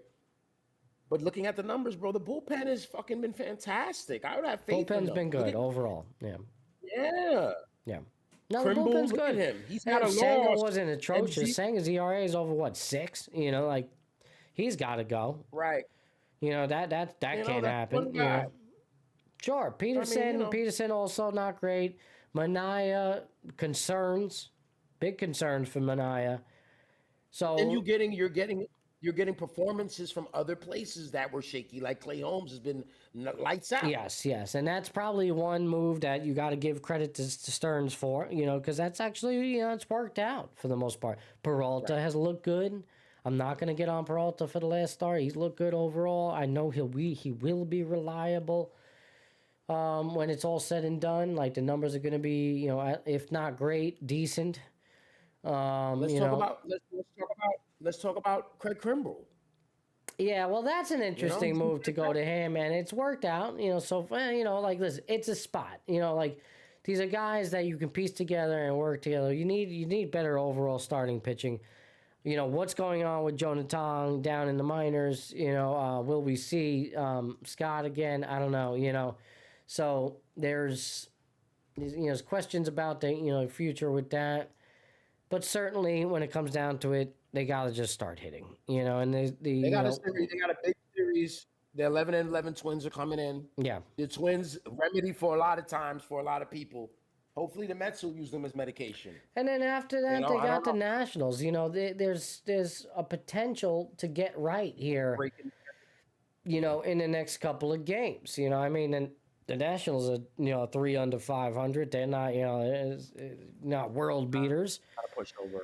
So at the same time, look at the Philadelphia Phillies, 8-14 right now. They're 1 game off the Mets and also close to being the worst record in baseball. So The sky is falling in Philadelphia as well. Meanwhile, Atlanta pulling away with the 16-7 record, and they look like world beaters. Their offense is cooking on all cylinders. Will that last?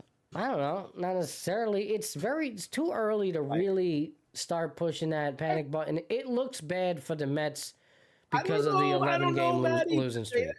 But also looks bad for the Mets because of their reputation, bro. That's why, Gino's saying what he's saying, and it ain't Mendoza, but it ain't Mendoza, but they're gonna, like you said, Maddie, they need someone to blame. This is New York City.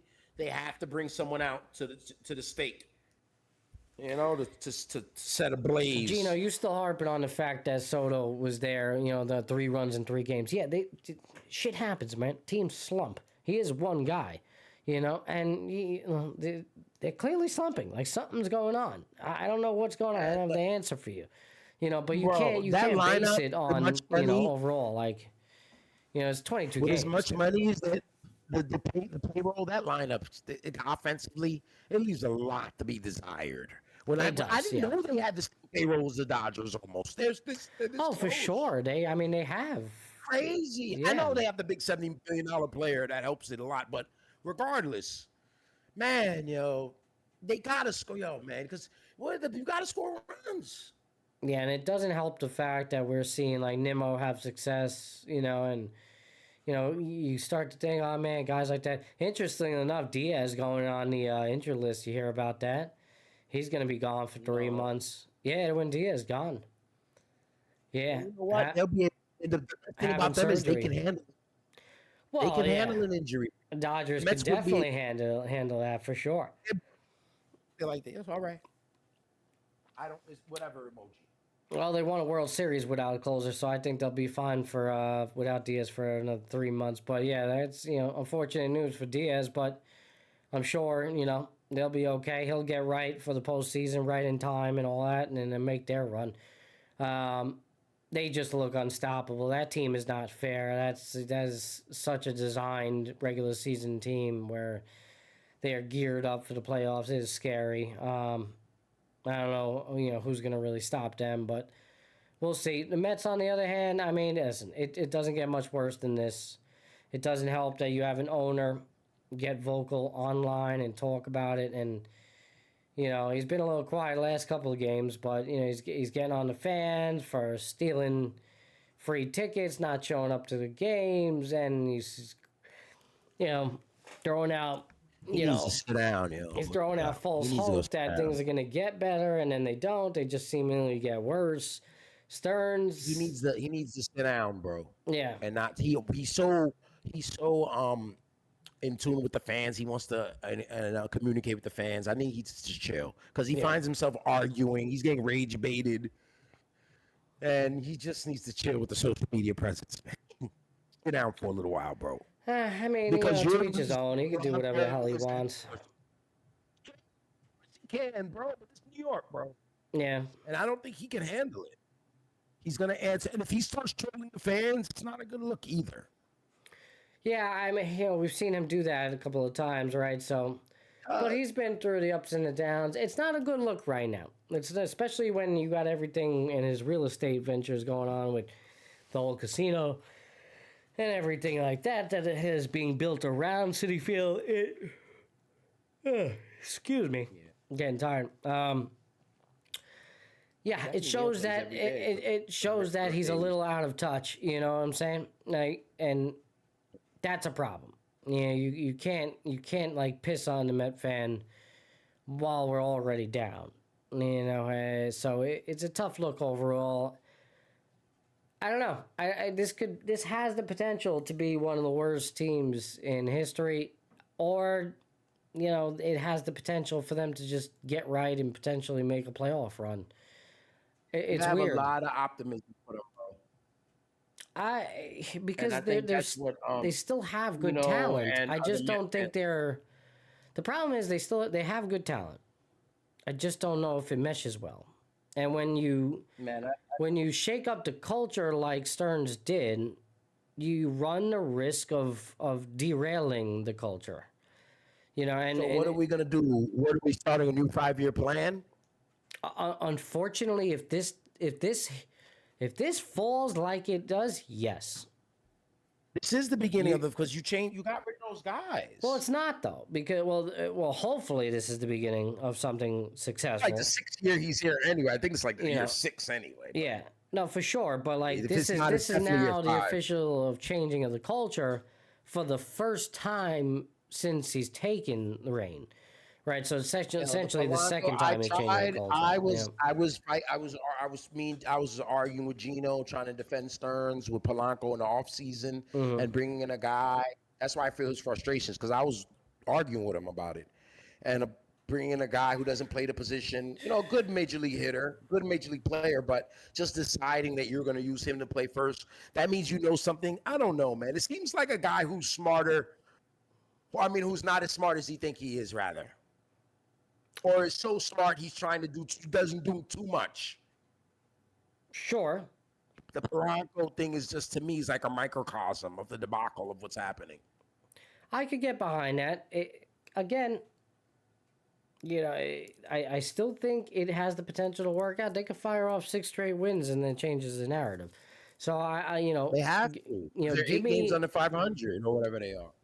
7. Give me, like another month of this torture, and then I'll write him off officially. I don't think it's there yet. I do, when I listen to the pundits say, "Oh, Mendoza should be fired," I really think, give a little bit more time on it, but.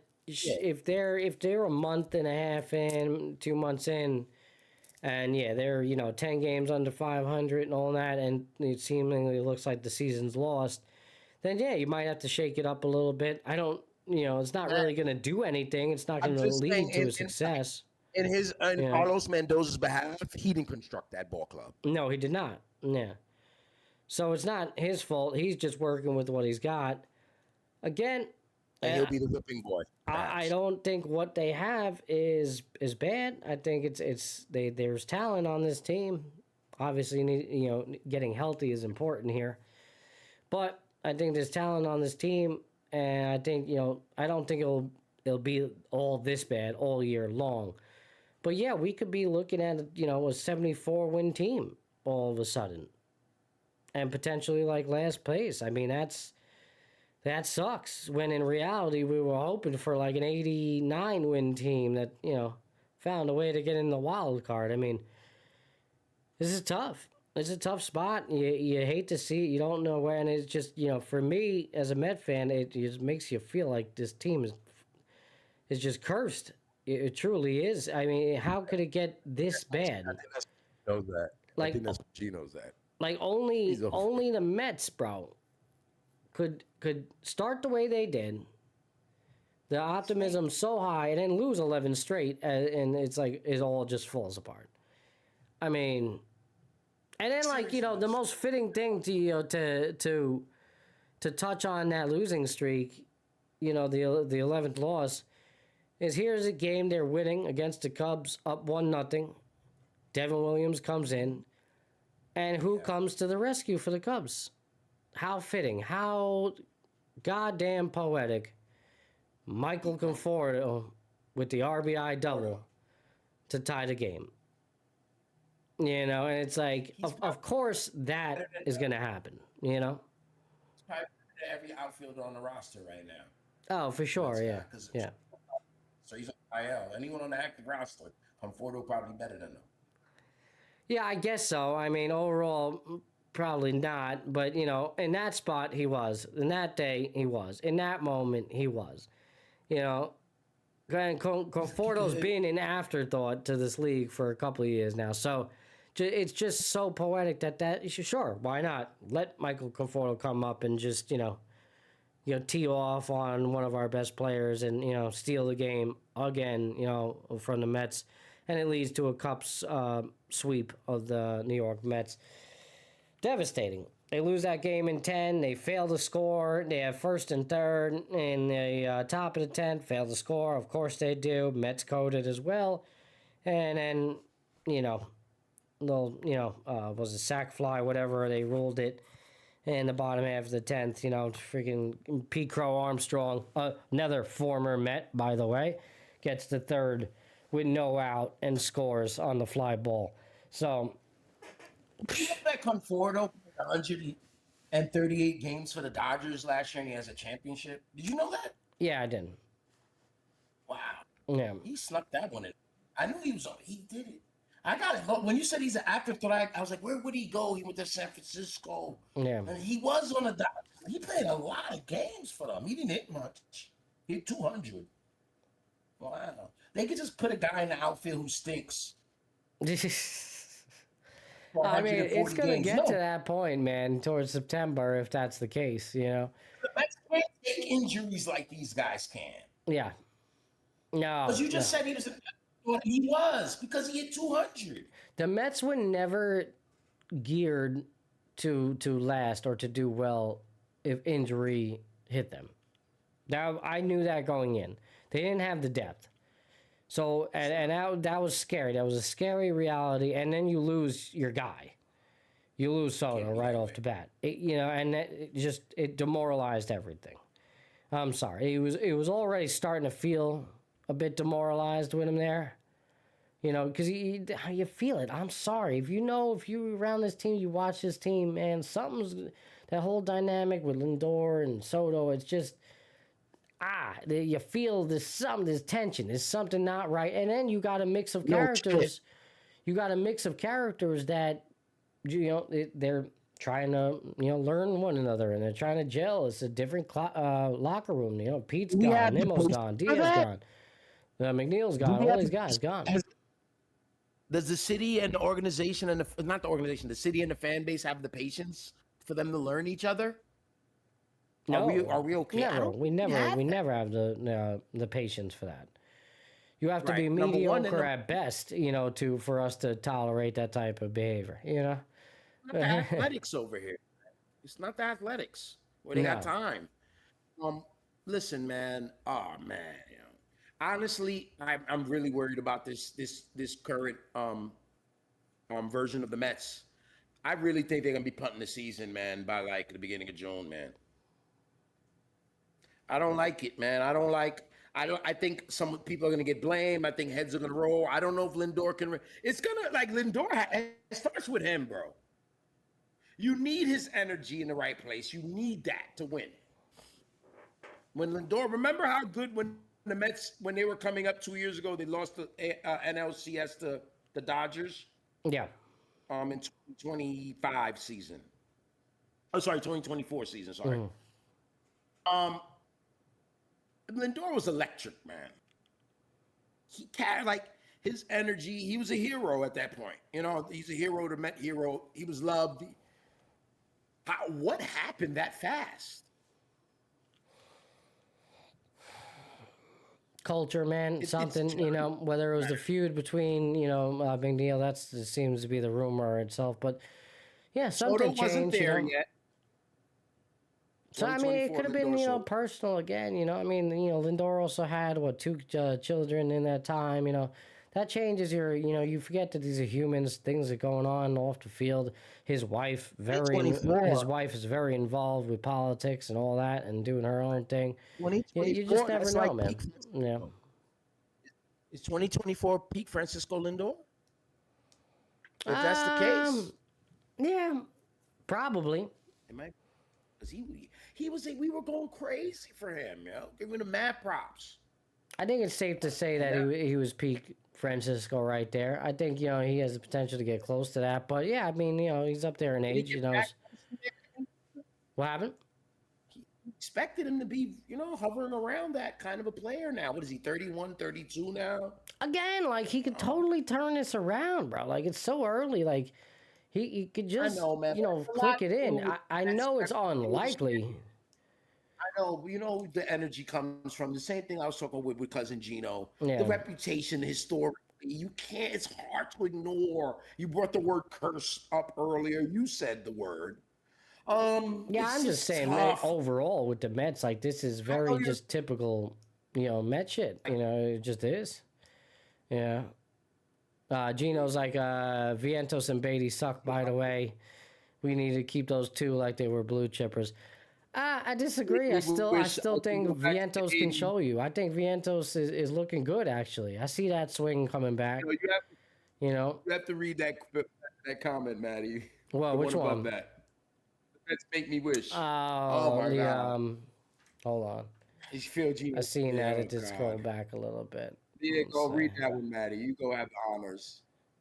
Mets make me wish I could go back to the 80s and pick a different team. Young Gino didn't know how he was ruining his life. Yeah, tell me about it, man. At least you got to experience a little bit of the 80s. I didn't.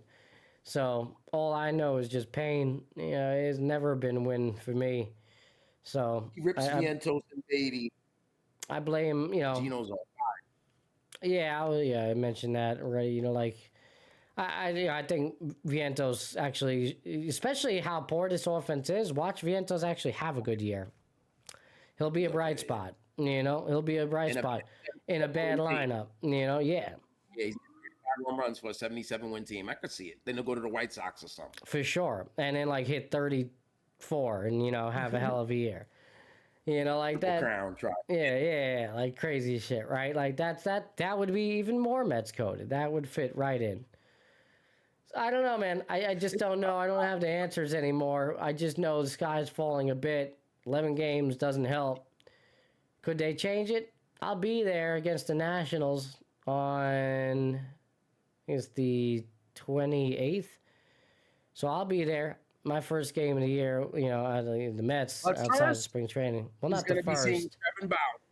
Oh, you first. I will see Trevor Bauer. Yes.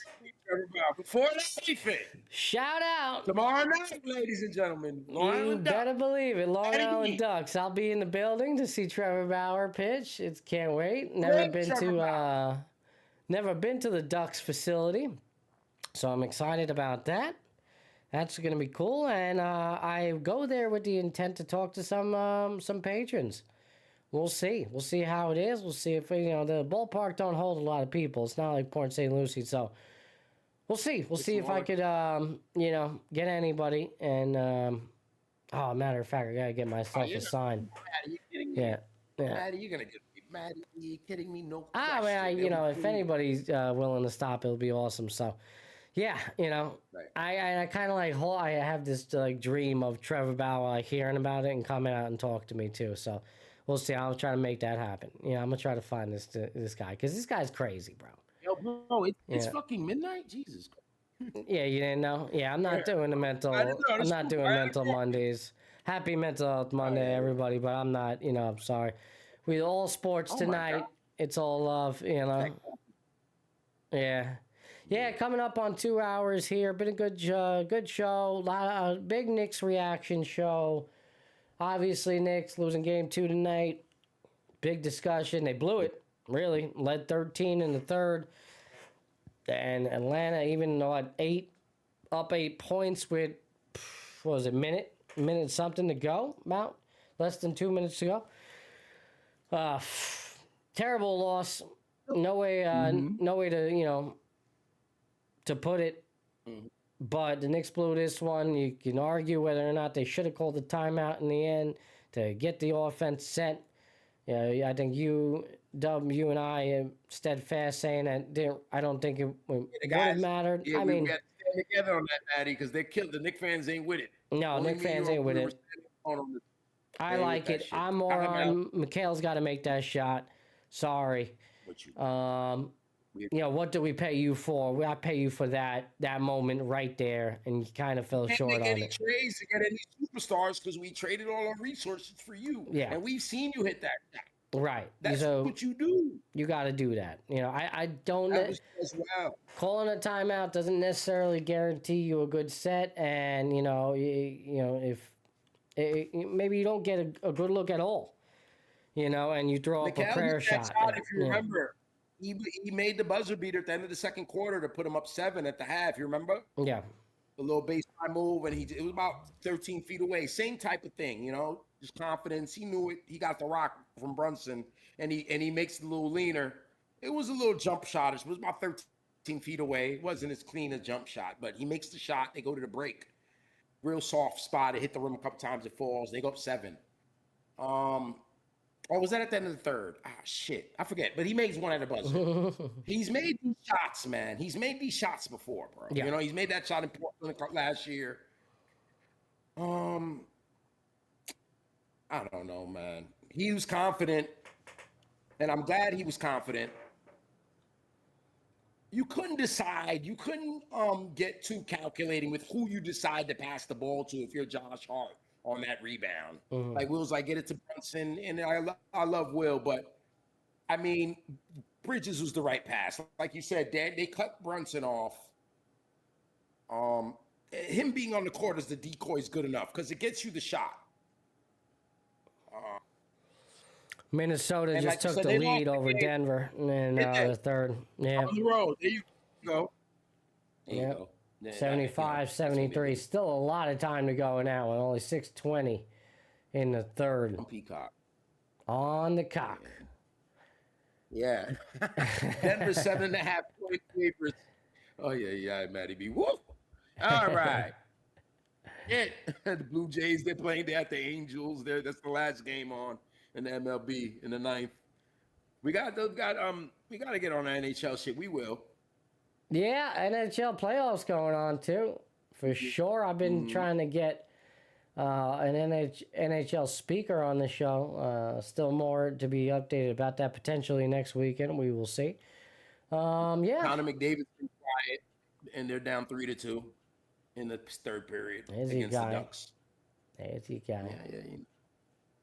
Yeah, so I don't understand. It says first round, and I see numbers like 3 and 2 by these teams' names. Like as far as seedings, why are the Wild and the Stars 3 and 2, and then the Ducks? How are they doing this playoff thing? You're like, this is what the does he first mean, round, right? Yeah, I'm gonna send you a screenshot of how my scoreboard looks. So I'm sending it right to your phone. Here it come. Bam. Look at that, Maddie. What is that? We need our hockey correspondent soon. We need our hockey expert, bro. We need to get her on. Look at that, Maddie B. What is that? I'll pull up the playoff bracket. So here. is it just a divisional thing that gets seeded? Yeah, but I might have to pull up the bracket. Those are that's how the bracket. I have the bracket right here. So that's what it is. All right, you have 8 teams in each conference. All right, of course. You have 8 teams, right. So you got the 1 and 4 matchups, and you got 2 of the 1 and 4 matchups, and then you got 2 of the 2 and 3. What is that W1? Well, let me check what you sent me on the phone. Hold on. W1 would be win streak of 1, as far as I know, is what you're talking about. Okay. Yeah. I think so. Yeah. Let me check here. Hold on. Let's see. What are you sending me? Yeah, well, Wildly Series 1-0. Where's the W1 you talking about? No. I'm talking about on this. I'm back. I'm talking, Maddie, my bad. I wasn't talking about the standings. I know it makes sense. You're not looking at the same thing as me, and I was. So I got to send you that. The thing you were sending me. Yeah. Yeah. Oh, it has that too? Okay, I'll send you another one. This shit is weird, this bracket. I'm not even in tune with what's going on. Okay, let me see. I didn't know about any of this new stuff. What the hell is that? It looks like there's seedings. Oh, the W2, yeah. What the hell is that, my brother? Wild card 1, wild card 2? Maybe? It might be, yeah, but why am I not seeing that on the thing that I here have? Right. I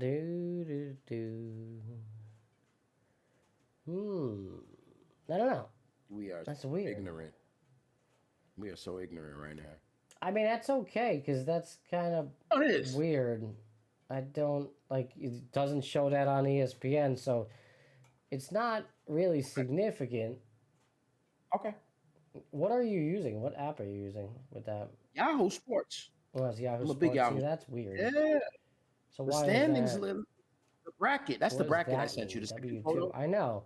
But in the bracket that I have up, I'll show you guys. It doesn't show any of that. Yeah. What is it? Because that's the seeding. It looked like.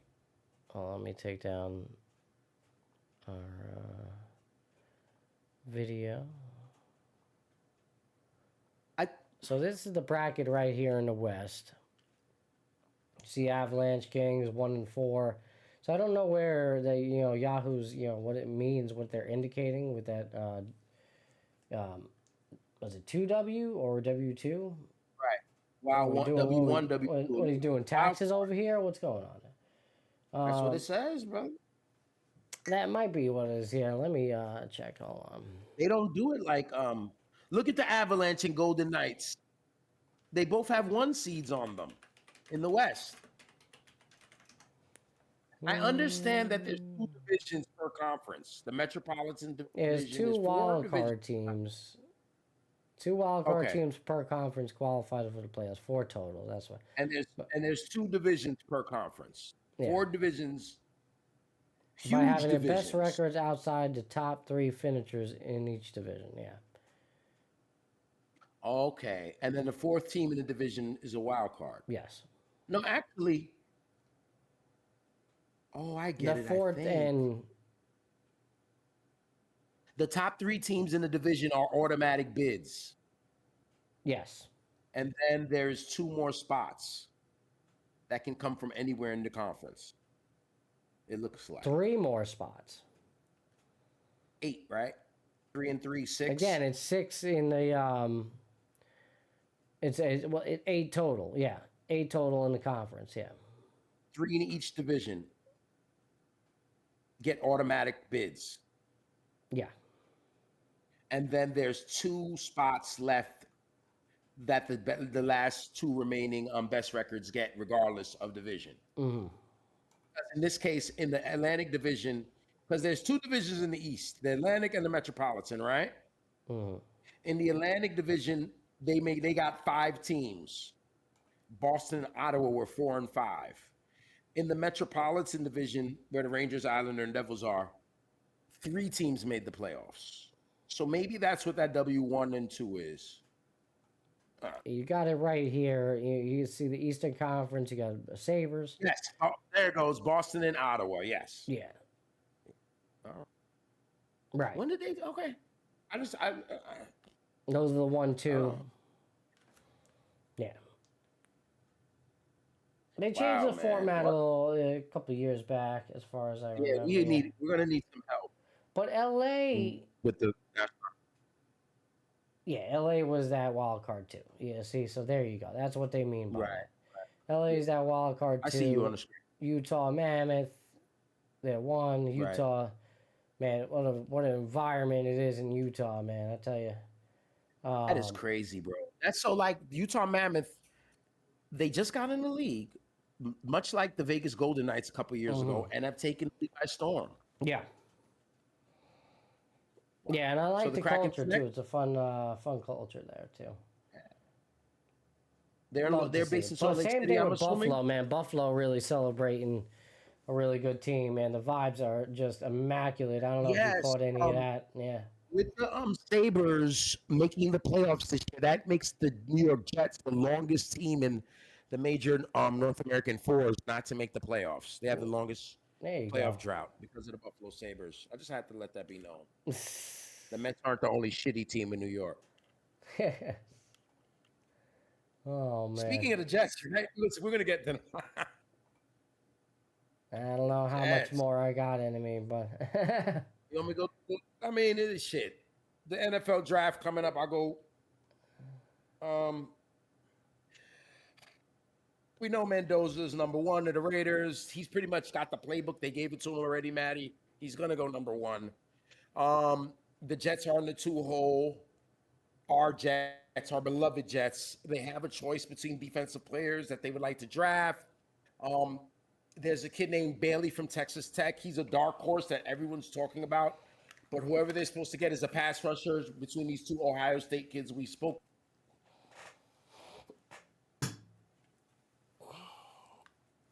Oh, did you freeze on me? Oh, no. Debbie. Sonny Styles. There you go. All right, there we go. I'm back. There we go, Matty. Yeah. Yeah, I'd be remiss if I didn't bring up the Chiefs. They are talking to the Cardinals about moving up to the number 3 hole. So they want to move up. We know the Giants, of course, the Sexy Dexy trade. While we were away, he had a thing with Harbaugh. Harbaugh didn't want him. People are saying Dex was lazy. The Bengals came, gave the Giants a 10th pick. As far as the Bengals Big fans, trade. Nice move. big trade. That's why I was going to bring the Bengals. We talk about the Devils' lack of defense over these years. We've talked about it on Epis about the Bengals don't care about defense. They drafted an overweight player, a player who had probably a lackluster season, a very talented nose tackle. What are they gonna get for him? I mean, from him. I'm talking about the Bengals. I think the Giants did the right thing. I think they're in a position to benefit from this for sure. You got to kind of draft right, but it's now they've put themselves in a position right where it's kind of hard to miss, at this point. So one of the moves they got to make, has to come to fruition, and I think that probably both will, work out. And listen, got 2 top 10 picks now. Are you saying for both teams it'll work out? no, I'm saying for the Giants specifically. Yeah, they got 2 top 10 picks now. They're 5 and 10. Right. Beautiful. So, I mean, hard to miss on those You can picks, get right? Jeremiah Love now, can't you? Now you can actually draft Jeremiah Love. Right. And get another player. I think they really should too, by the way.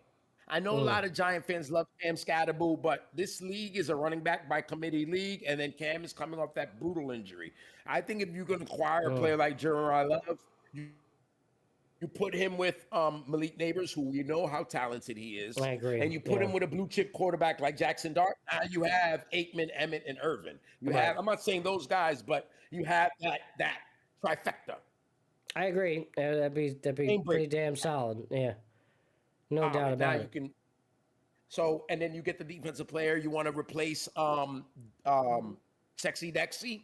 You can draft the defensive player still. There's a lot of them in the draft. It's a very healthy draft as far as defense goes, Matt. Right. And, you fill your needs. You're a little 2-for-1 right there. So it's an excellent, move organizationally. And, listen, it seemed like... It's easy for Harbaugh. It's not his player. He doesn't know him. It's not my kid. And it's, he wanted out, so it was mutual, and they got a good deal out of it. You gotta respect that. So they certainly put themselves to succeed this offseason. It's far different than, what we've seen with the Jets, even though the Jets are in a position to draft well here. What they do with that, I don't know. We'll see. It's hard to, speculate. I want Reese. I want Arvell Reese. I mean, he is balanced. He is what they're saying, the experts and the scouts, they're saying Arvell is not a greatest run stopper, but I'm sorry. He's a solid run stopper, premier pass rusher, but you could put him almost anywhere defensively as far as the front 7 goes. I'm not in the middle, but on the edges and any linebacker position. I like that a lot. You remember the Jets traded what's my man's name, Johnson, the pass rusher? They traded him to Tennessee for Sweat. So what the Jets are trying to do is go to a 3-4 defense from the 4-3. So to do that, you get the big fat, girthy nose tackle, so you can have guys on the bookends. All right. Worry about the tackle, worries about the run. The guys on the bookend worry about the quarterback. So they're going there. You have to have the right edge players. We already have a Will McDonald, so we don't need a premier passer. We need a great defensive player, a guy who knows where the ball is going to go, a guy who can make plays on defense, a guy who can wreck offenses. Yeah, the Jets need that back. Maybe force a turnover. No interceptions, right? Right. There you go. Thank you, Matty. No interceptions, right? Yeah. Thank you. We kind of, maybe we should address that, that need right there, because, I mean, there's no arguing it. Obviously the results are there. 0, interceptions. I mean, it's just, how does that happen? So. And also, they have the 16th pick of the draft, so they can go get their wide receiver as well if they want someone else to help the offense. The Jet offensive line has improved. It should improve this year again with experience. They have a lot of young offensive linemen. You have Brees Hall who wants to get paid. Yeah. Gino has something to prove. Garrett is out there. Get another receiver. You got a good tight end. The Jets need to work on that defense. Yeah, I just can't confidently get behind the program when Gino's at the helm because I just don't know, unless he has this sort of resurgence year all of a sudden where He was bad last year. That's what I'm saying. Bad so team. it's not that last year's in Seattle though. He was good. It was no doubt. I just don't. I just like the Mets, man. I just can't trust the this Raiders or is he organization. washed up? No, I think he had his moment, right? But the culture is not like it's not like the culture here is much better. He's coming into Seattle was way better. Yeah, and he's coming into a bad situation. It's a rebuild at best. Gino's always been a confident player. That's what I like about him. Even when things are going bad, he's super confident. Remember, he got his jaw broke. He takes the picture. I'll be back. The Knicks. The Jets fan are not gonna tolerate him for too long. Yeah, but the Jet fans are. Who are they? They hated Gino. I don't know. Yeah, but you know how it goes, man. Here, you jump out to a 0-3 start, 0-4 start. That's it. Goodbye. So who's gonna get the blame? Yeah. Gino, the coach, everyone. They want to kill everyone. Yeah, for sure. Listen, the coach is embattled after one season already. He had to go get his guy to help him out. Frank Reich, he has a good relationship with him. He called up a friend. I need you to help me with this offense. I have someone I can trust who's not going to try to slice my throat for the job. Can you help me out, buddy? And Frank is like, yeah, I got you, brother. So, I mean, listen, they have weapons. Gino has to be serviceable. Yeah. That they want to win these 6 or 7 games. And I don't want to tank. I want to win 6 or 7 games. I don't need Arch Manning. I just need some wins. Yeah, fuck that. It's tough. I want to see progress as well. But it just leads you down this weird, cycle of they're never really going to improve until they get their guy. Hey, we're going on something, and the young player because we have 2 first-round picks. We have the 16th pick as well, unfortunately, and we have a second-round pick, Matthew. Yeah, unfortunately, no, because we have a lot of picks.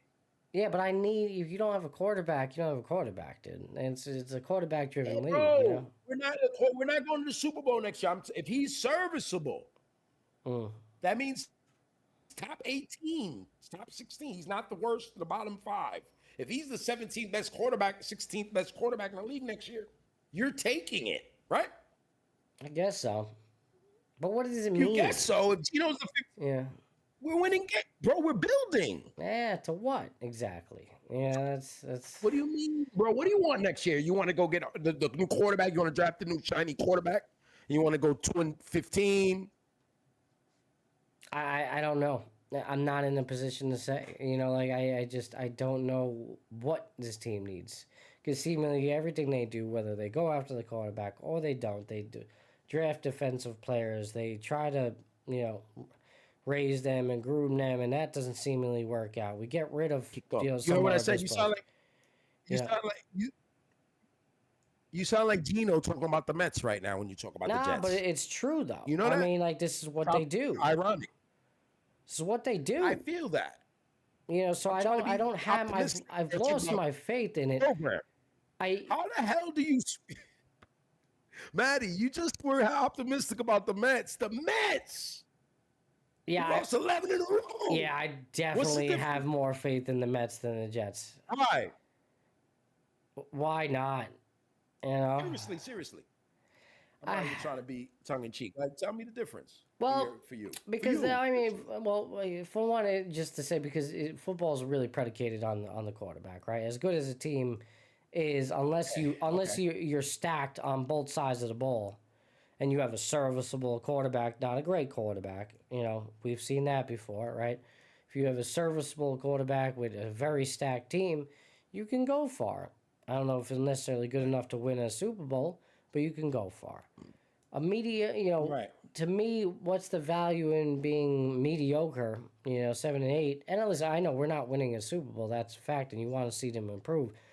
But them going 7-8, whatever it is, right? Like I don't see them building on the following 7-10, year. You know, 9. like I yeah, mean, that's what I mean. why Well, that's what I not? mean. Like, They see, have a yeah, shitload of picks in 2027 too. The yeah, Jets but have a it's shitload of not going to picks. be with Gino Yeah, in the they're like the long Knicks run, before right? the Bridges trade. So Gino is They're like your the Knicks before the Bridges trade. so Gino is essentially Yeah. your bridge to your Stopgap. future. Yeah, he's a stopgap quarterback. Sure. Maybe we get him this year. Maybe they take Ty Simpson. I don't know. I don't care. I'd rather not. I'd rather wait till next year to get the quarterback. At this point, I would not be hurt Force if they anything, did. right? I'm saying if they go for Ty Simpson, You just want a quarterback. I don't want him with the second round pick. I'm not saying No that's way. the move, but I'm not saying I'm not gonna He like would- knock it if that's they what it do. would take. You know, That's what it would take to get him for us to use our second round pick on him. We had the 16th pick, and there's some good wide receivers in the first round. We need one. yeah, for sure. I'm So just we take saying, you know, one. what And then if on the they third, don't we take just- Simpson and he turns out to be like a very good quarterback? You know, yeah. Again, we're gonna be in that same position here where it's like, oh shit, we were right there. We had to pick. It's like every you know? year when these guys come out, we force a label of a good quarterback on a gun. You know, Mendoza, fine. He's a blue chipper. We've seen it. Ty Simpson's an Alabama quarterback. None of them done good in the league since like Joe Namath. I'm serious, man. The Panthers quarterback's Carolina is he's a Alabama quarterback. Mac Jones. I can go there. There's so many more of them. No doubt, and you know more. those are always Alabama teams, right? Stacked on both sides of the ball, right? So you know, Yeah, and then certainly. right. And then they get the quarterback who plays decent. Jalen Hurts, okay. Tua sucks. Jalen's the best one, and he has critics. And then he doesn't even claim Alabama. Yeah, he doesn't even claim them. Yeah, that's a great argument, and you know, I'm not saying this is the move they should make. I'm just saying at this point, I'm like, I'm willing to try whatever it is you want. Yeah, the safe play is probably going defensively, whereas again we expressed that there's a need. You know, offensive line, it's always a good look, right, and it's safe, and it's where you win games. But yeah, you're but right. At the end of the day, yeah. that's where you ultimately need to be is at the quarterback position in this league, no question. Right. But we can't force it. We had, I mean, Kirk Cousins. Is Kirk Cousins 5 more wins better than Geno? 1 maybe, 2 tops. You know. Meanwhile, the Pittsburgh Steelers, they're waiting for Aaron Rodgers to let them know if he's going to play again. He's holding them hostage. I feel like with Wilson, with Zach Wilson, we kind of forced it. You know. Yeah. Or even Sam, it was like at that time he was the prodigal son, you know, and like we kind of felt a little forced too. What's my man name from the Steelers? The guy who played running back for us for a minute. What's his name? Le'Veon Bell. Bell, I was about to say, yeah. Right. Le'Veon was talking about Sam because he played with Sam his rookie year. He said, yo, he knew Sam could play, but he said we were so fucked up. You know? And once he said, I was like, I get it. And this is what it's been. And this is what you were just talking about with the organization. Right. I don't have the faith in them to turn it around. Until I see it, man, I just really don't. You know, at least with the Mets, they showed a lot more signs over the years. You know, I mean, it's been 11 years since they were in the World Series, but, you know, still, it's recent enough history since they were at the pinnacle of the sport. Albeit they did fall, you know, and we thought, yeah, all right. Yeah. You know what's funny, Maddie? I'm looking at the Chiefs, and they just fell apart, and we're calling them dead and finished. The dynasty's over, but they're gonna get the 3rd pick in the draft. They're gonna get Mahomes healed up. The superstar Hollywood tight end is coming back. They're gonna be right back in the mix. Nah, maybe one last hurrah. I don't know. Right, I don't have too much faith in them, but you know, anytime you got Mahomes with the ball and teams you know, like that team, just press the ball, reset. Meanwhile, we're struggling to get back just to get to a slither of success, and for me, it's 7 wins. Yeah, it's a good point, though, with Kansas City. By the way, this is the point of Mahomes' career where you know, he kind of like, all right, are you gonna threaten to chase down a Brady and like, is this the, you know, the second, career for you? Is this the moment where, you might fire off one or two more Super Bowls and call it a career? I don't know. It's certainly this is the time. It's like it's in a now or never type situation for Mahomes and those Chiefs. Otherwise, that dynasty might be coming to an end, or may have already come to an end. So you're right. They got themselves in a nice position, and it's good to be in a position for them that where you already know who you got in a quarterback. That's a lock. You got other positions locked down. You can really pick wisely here, and propel this team. You make a couple other moves, maybe in a free agent, whatever. Maybe even a trade or two, and Kansas City could be right up there. You're absolutely right. A lot of parallels with Steph Curry's career, right? Yes, that too. Shame to see this year come to an end. You really felt like this could be it. This was probably it. For them. I think the Warriors walk off that court the other night. What did you think? Yeah, that was the end of an era. Truly, I think they. And I'm surprised it's lasted this long. To be honest with you, with that deal. With them, with the Oakland boys, with the Oakland San Francisco boys, the Bay Boys. It's crazy with them because they won that chip in 22. Yeah. That other chip they came in, that one was the Jordan Poole, Kuminga, whoever else on the team championship, Moody. That championship probably was their most impressive one. I agree. And you probably won't.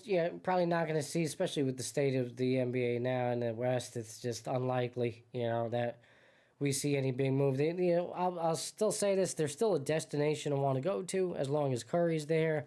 But the second he's done, so no LeBron, Steph hookup. Maybe I think LeBron's done, and LeBron might even retire. No farewell tour. No, he already said that he's not going to do a farewell tour. He don't want it. Yeah, I'm actually a bit surprised by that. So, yeah, because he hears everyone saying that he can't live without one, so he wants. LeBron knows that he's done. Or maybe he's bullshitting, and maybe he's bullshitting, and next year is going to be the farewell tour. Or maybe this is it. I did think that. I don't. I was like, this could be it for him, but... that son of a gun he's still good. If they win... Did you see him in which game they one? Won't win. If they won't win. I did. If they win, though, theoretically, and I don't have them to win. Maddie, but if they found a way... Don't gloss over it, Maddie. How good was he that night? He was great. And he's still very good. And him and Luke Kennard looked fantastic. He talks about LeBron after the game. LeBron gave me confidence. He had 29. They have no Luke Kennard, Austin Reeves. And they win a playoff game. I don't like the narrative. I don't like the narrative from the old school pundits of basketball that say like, LeBron doesn't have that same fear that was instilled in other players like Jordan and Kobe did. Yeah. I disagree. Maybe not during the regular season, but come playoff time, who better than to have that ball in your hand? You know what I mean? Like. Smartest guy in the court every time, every night. Right. We know that. We know his IQ. We know how sick he is. And that in itself, his size, his mass, everything, that's to be feared. And if you're a young kid out there playing up against him, and you're not fearful of his ability and what he can do, he gonna show you time after time again. But I don't know. We'll see. It's very interesting to see that he came out and publicly. What happened? 42, 41. LeBron. Yeah, he up there, old ass man. He's up over 40. And it's not a Vince Carter 9 points a night 40. 7 points a night, play 50 games. No. And what was for him to walk away from the game, he'll still be one of the top 25 players in the league if he wants. He can do that and walk away, and he'll be respected, but I don't believe him. I got to see it. Like you said with the Jets winning, you got to see it. I got to see LeBron quit after the season ends. I think he takes the tour. I agree. I can't. He just strikes me as the type to have that damn tour. He's 41 years old. Yeah, that would be. I thought he was gonna wait for his other son to come play, but it don't look like that's gonna happen. Can't wait for him. But what I do think, Bryce was a redshirt this year, wasn't he? I know he I might think have played. so. He Yeah, didn't play. yeah. He went to the Final Four. Hmm. He didn't play though. Okay, so LeBron's not gonna go to another team because we know the Laker time is finished. I don't know. I mean, that's another thing. I think he might goes back to Cleveland.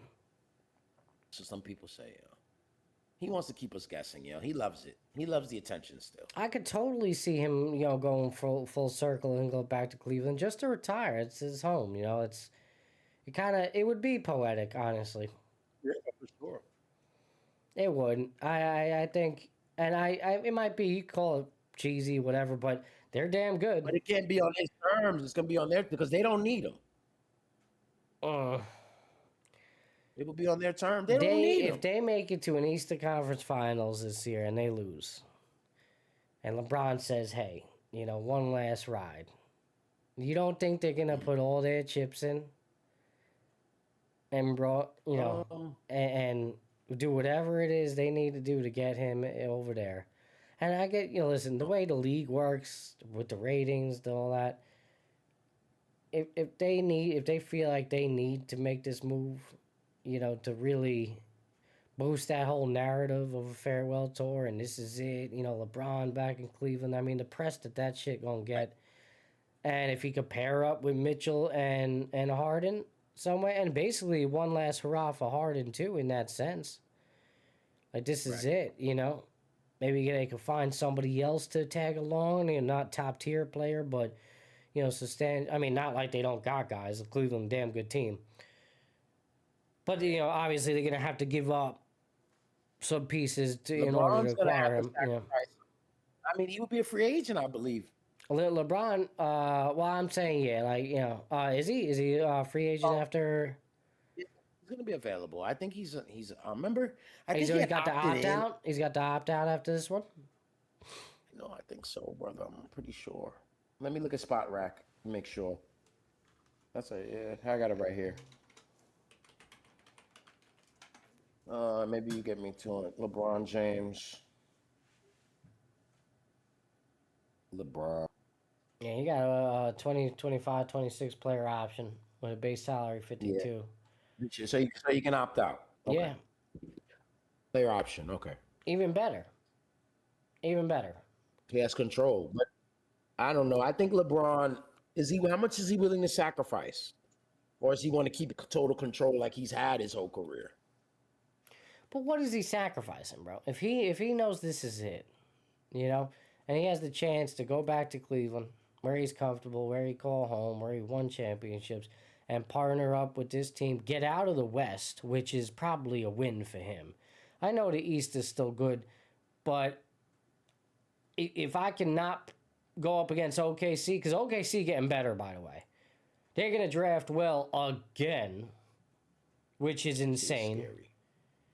All right, how they've just found a way all of their young to get away with that. Improving. And then they got the McCains of the world now just sitting on the bench playing 8 minutes, and they can use him anytime. He can score. And then the other Jalen Williams, he's gotten better. All of them are good, bro. Right. And you got Wemby in San Antonio and what they're doing. Player of the year, the first ever. Yes. Defensive player. Yeah, without a doubt. Probably. Who's your MVP, by the way? It was interesting that they let those guys get that appeal, Luka and Cade, though, right? Yeah. Before we even get into that, where they let them get the player awards. Hey, we've been guys. We haven't had a show in a minute, so we got a lot of stuff to touch on. But the MVP, shit. Regular season. All right, let me get my nominees. I think since Cunningham's is considered now, he would be a nominee. Wemby, Shea, of course, Jokic. I'm just thinking of the candidates.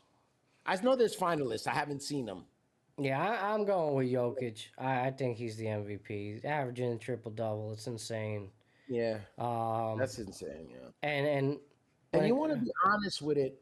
When you look at the Nuggets roster, it ain't all that. that's what I mean. If you're talking about most valuable to the team, and I know that's up for interpretation, but if you're truly looking at who's valuable most to your team, as valuable as Wemby is to his team, as valuable as OKC is, I do think they have the better rosters. Definitely OKC. You can argue the Spurs.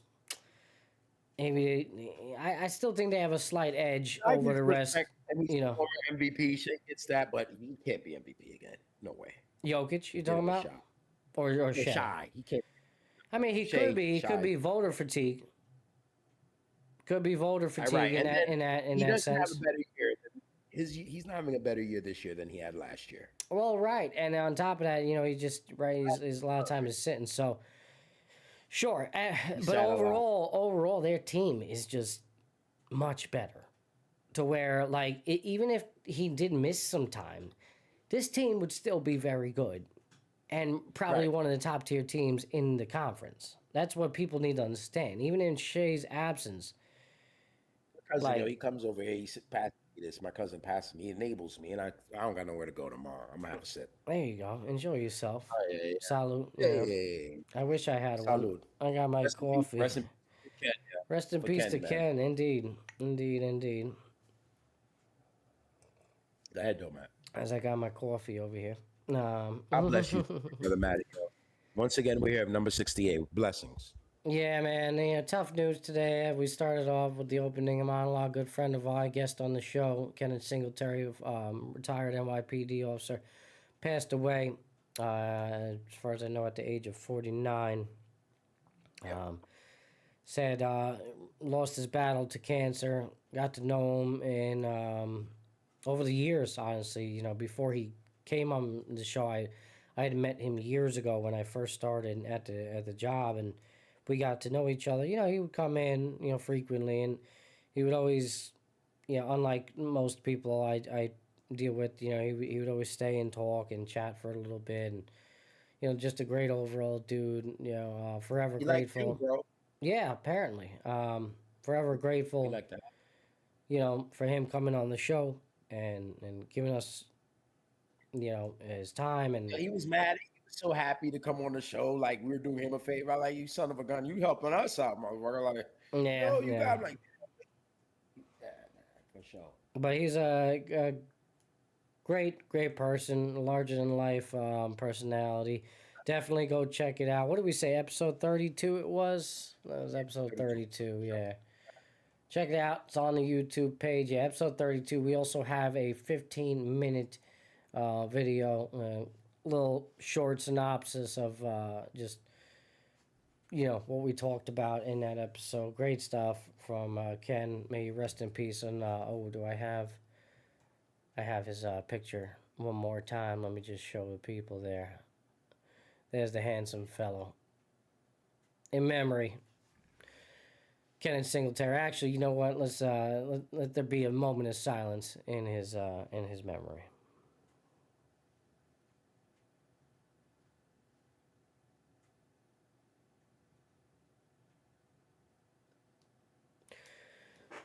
In memory, Kenneth Singletary, man. Hope you're enjoying yourself up there in the clouds, wherever you are, man. Cheers to you. Word. Word.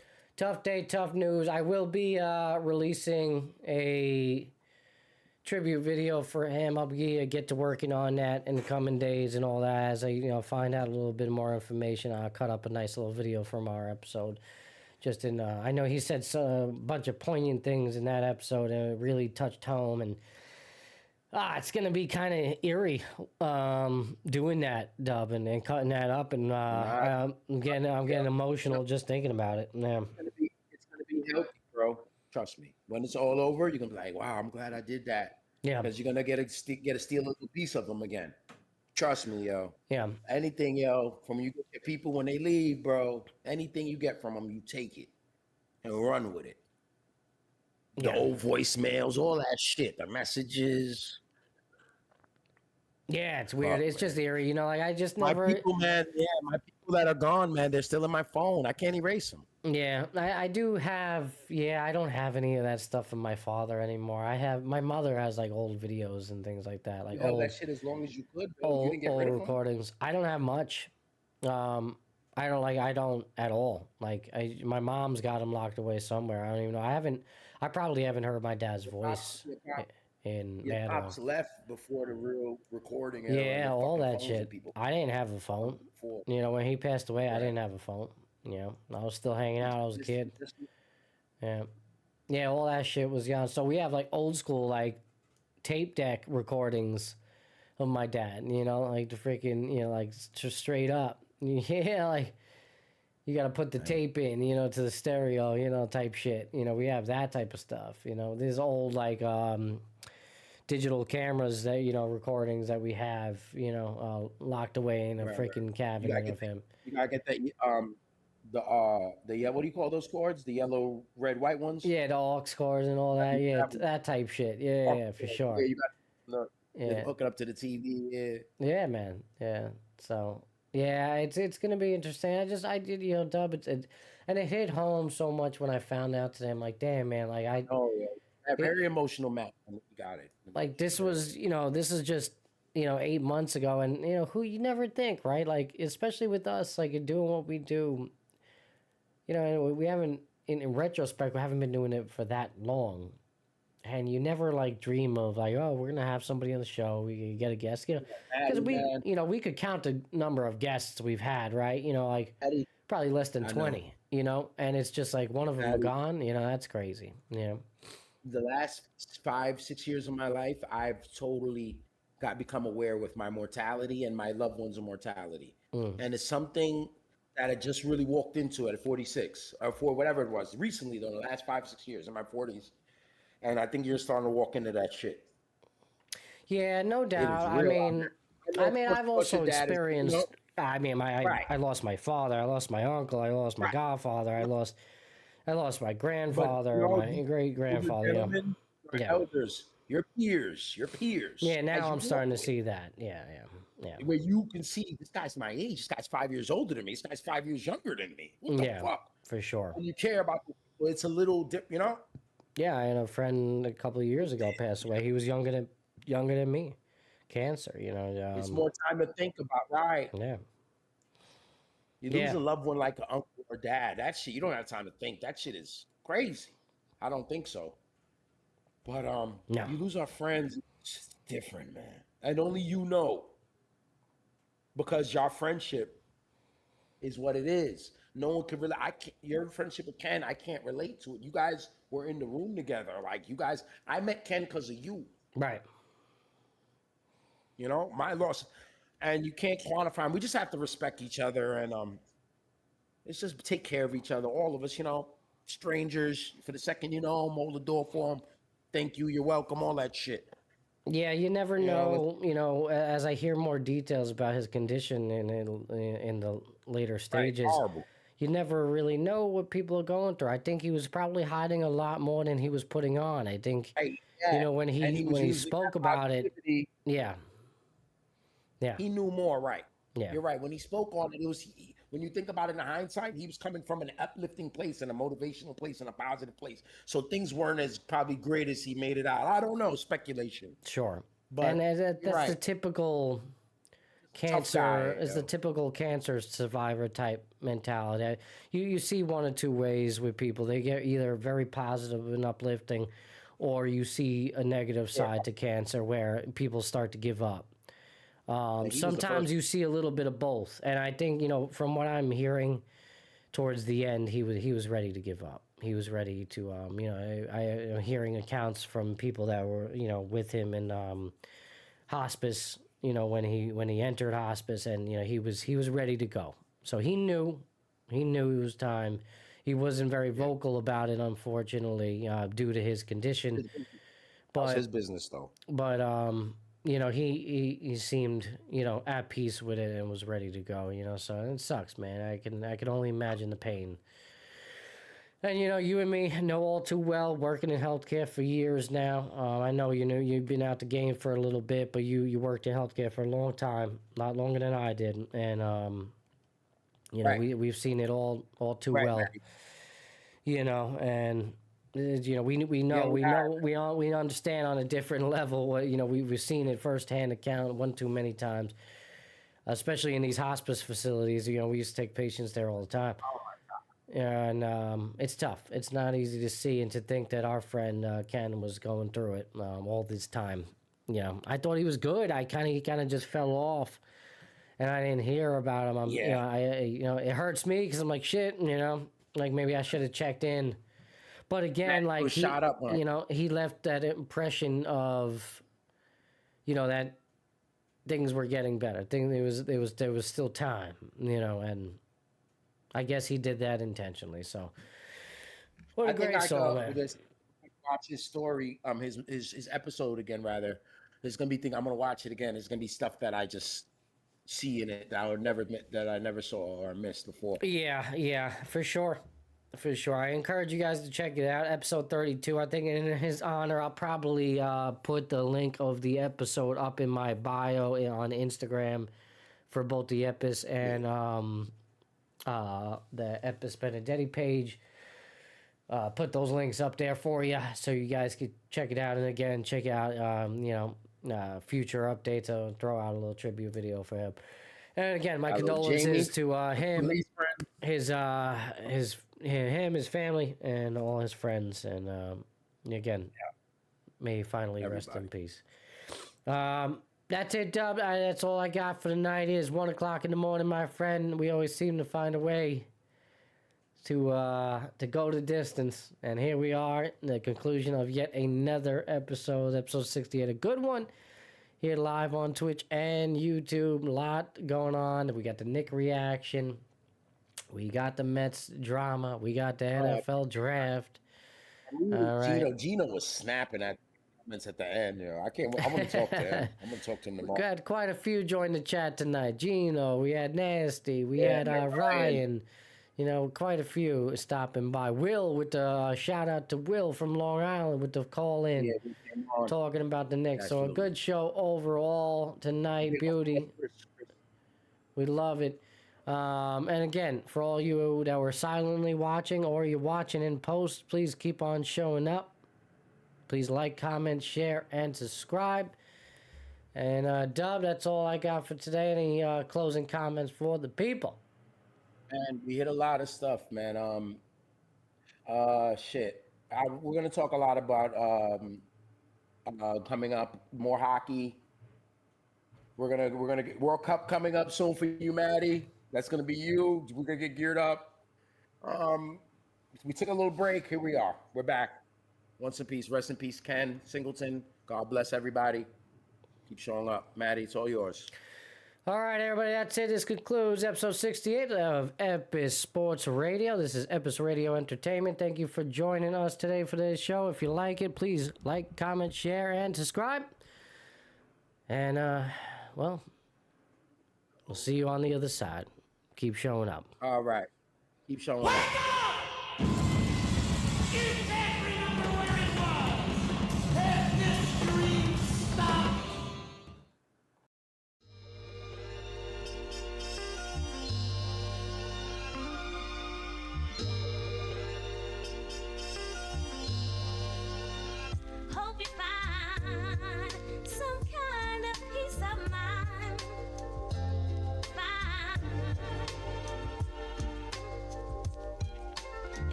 Hope you find some kind of peace of mind.